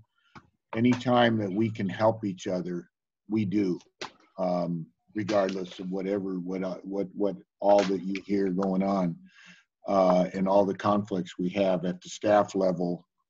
We help each other out if we need help, and it's happened dozens of times while I've been here, and it will continue to happen. It is our number one goal is to get water to these people. We are an essential service, and people need a safe, reliable water supply. It's extremely important. And I want to thank my staff, because one of the reasons you're able to accomplish things like this is you do have an excellent staff. It's a high-level staff, it's competent, and they are there to serve this community, and will always be. Thank you. That's all. Okay. Yeah, and I would just add, thank you, Arden. I'm just looking at my notes here, and an item I didn't cover. And again, thank you, staff. Madam President, I'll definitely extend that out to everyone. The Psalms on this call, and we'll make sure that gets out. I have a question. I'll probably say it again at our board meeting. So one of the things I'd like to just mention, and Director Grosh, I didn't mean to cut you off. I'm sorry. We did this, and we did manage this well, and we did not. We were maybe what could be concerned as we were in a concerning situation, but our system was not compromised. We did not fall short of delivering safe, clean drinking water. Our pressure did not go to any type of negative or zero pressure. So, Director Grasha, I apologize. You had a question, you said? Yeah, I have seen one, and I'm assuming that it's potable water truck that the MSWD owns. Is that a potable truck that we have? I saw a with a white tank on it, pretty big. Tomato, I call it potable, but that water truck is not potable. Oh, okay. And just, I know we'll talk about this Thursday. I know it's late, but you know what? Unless you guys cut me off, I'm going to talk. No, go ahead. Go here's for it. that's behind the scenes. What's happening is our team is trying to get a hold of potable water trucks. Our team is in close connection with our health department engineer at the State Water Board. And hey, this is what we have. This is what we can do. If you have to use that equipment, make it your last resort. Right. We ask that you look at these other avenues. That's what pose some of the challenges. So, could we have taken that vehicle, that unit, and made it super chlorinated and done something? I think at the end of the day, if that was our last ditch effort, certainly there would have been an okay from the State Water Board. But again, Cal Warren, the whole mutual aid, just trying to take what we had in front of us and make sense of it into a plan. That's what happened, all while, I've known Skip for years. Skip used to work for this agency and went to work for DWA. So yeah, there was a lot of close conversations, and that's what we do in this industry. And we've been all working together for 25 plus years, and there's a lot of great things, but mutual aid, staff's efforts, trying to digest what in the world we actually had in front of us, what people were offering and what they had. Will this work or that work? So that was something as a plan B that we would have to implement if there was no other hope. But there was a lot of great support. I would like to know at some point, I'm assuming the trucks they brought were potable trucks. I'm just an assumption. Maybe they just said they were. I don't know. But it sounds like we don't have one, and maybe one's not enough. I know when you start humping water up the mountain, you can't do it you can't have a big tank on a truck. I've had some experience doing that. You got to be careful about the size of the tank. But I'm not suggesting we run out and buy water trucks. I would like to know, maybe offhand, when the last time we needed potable trucks to get water up to the reservoirs. I don't know if that's happened in 20 years or every other 6 months. I wouldn't know that answer to that. But do you know? I have been here since mid 1997, and our system out in IDE in the early 2000s. I can't give you exact date, but unfortunately somebody tried to commit suicide coming down Rushmore and tried to run into a telephone pole. They did it successfully. Unfortunately, they hit the power pole successfully. I'm sorry, let me clarify that. Fortunately, they didn't do their job, and that's probably somebody watching out for them. But what they did do is cause us a lot of problem with power outages, and we had to deliver water. So in the late 1990s, early 2000s is when we've done that. There's other questions or comments on the table. Those trucks are in fact potable. Like any emergency event or anything like this, if you don't sit down and talk about what went right, what could have gone better, those are all exercises that General Manager Wallum, AGM Macy has hey, what are we going to do after this? And those are the types of things that we talk about in our executive meeting. Well, it would be good conversation to have with the board. Part of the mutual aid system, typically you'll have a list of each agency's assets that they're able to roll, and apparently our list would not include a potable water truck. I can't say. This is okay. Let's it's getting late, you guys. Everybody's eyes are glassing over. I can see it. So interesting, Madam President. Anyway, I'm glad to hear that you guys are having that discussion, but I think the board I would like to be updated on how that moves along, because if we're not going to have that kind of equipment, I would like to know who does, besides DW apparently has two. Okay, we're getting a little off subject here. So okay, we'll let you know about the water trucks. We'll talk about it some other time. Danny, do you have anything else to say, Danny? Out of respect to the question on the table, there's a lot of... was there a question on the table? Okay, go for it. Last comment. I know due to time, I think it would be a good opportunity to bring back to the board our emergency response plan that's been updated, what's happening with the hazard mitigation. A lot of those things are being addressed, have been addressed. They have lists of vendors for emergencies. And those are, I think that's along the lines of what you're asking, Director Gracia, as well as where we conclude on the needed infrastructure, not infrastructure, but equipment, whether it be a transfer pump, a truck, a potable water truck. But yes, we can certainly bring that information back when that materializes to the board of directors, whether it's in a report or just a workshop. So I don't want to speak out of turn without Arden getting involved, but I just wanted to put closure to that. So thank you for the opportunity for letting me hear that this evening. Thank you. Thank you for your good story. That was good to hear. Okay, so Arden, you're done with your general manager's comments? Yes, okay. So director's comments, Director Duncan? Yeah, real quick, two things. Last Tuesday's board meeting for DWA, I was able to go on during public comment and thank them for providing the trucks and the personnel for us, regardless of whatever level it was. They didn't mention Cal Warren, but they did mention that a couple of their guys brought some trucks over, and I thanked them profusely for that. I also mentioned that even though we have our differences, it's nice to know that, push come to shove, we can all get together and do our job, and that's deliver water. So that was well received from them. And all right, I think I'm back. And then secondly, if this had happened in reverse, where we had knocked out something from Edison, we would have had a bill already. So I think we should not let up. We should not hope they pay us or see what happens.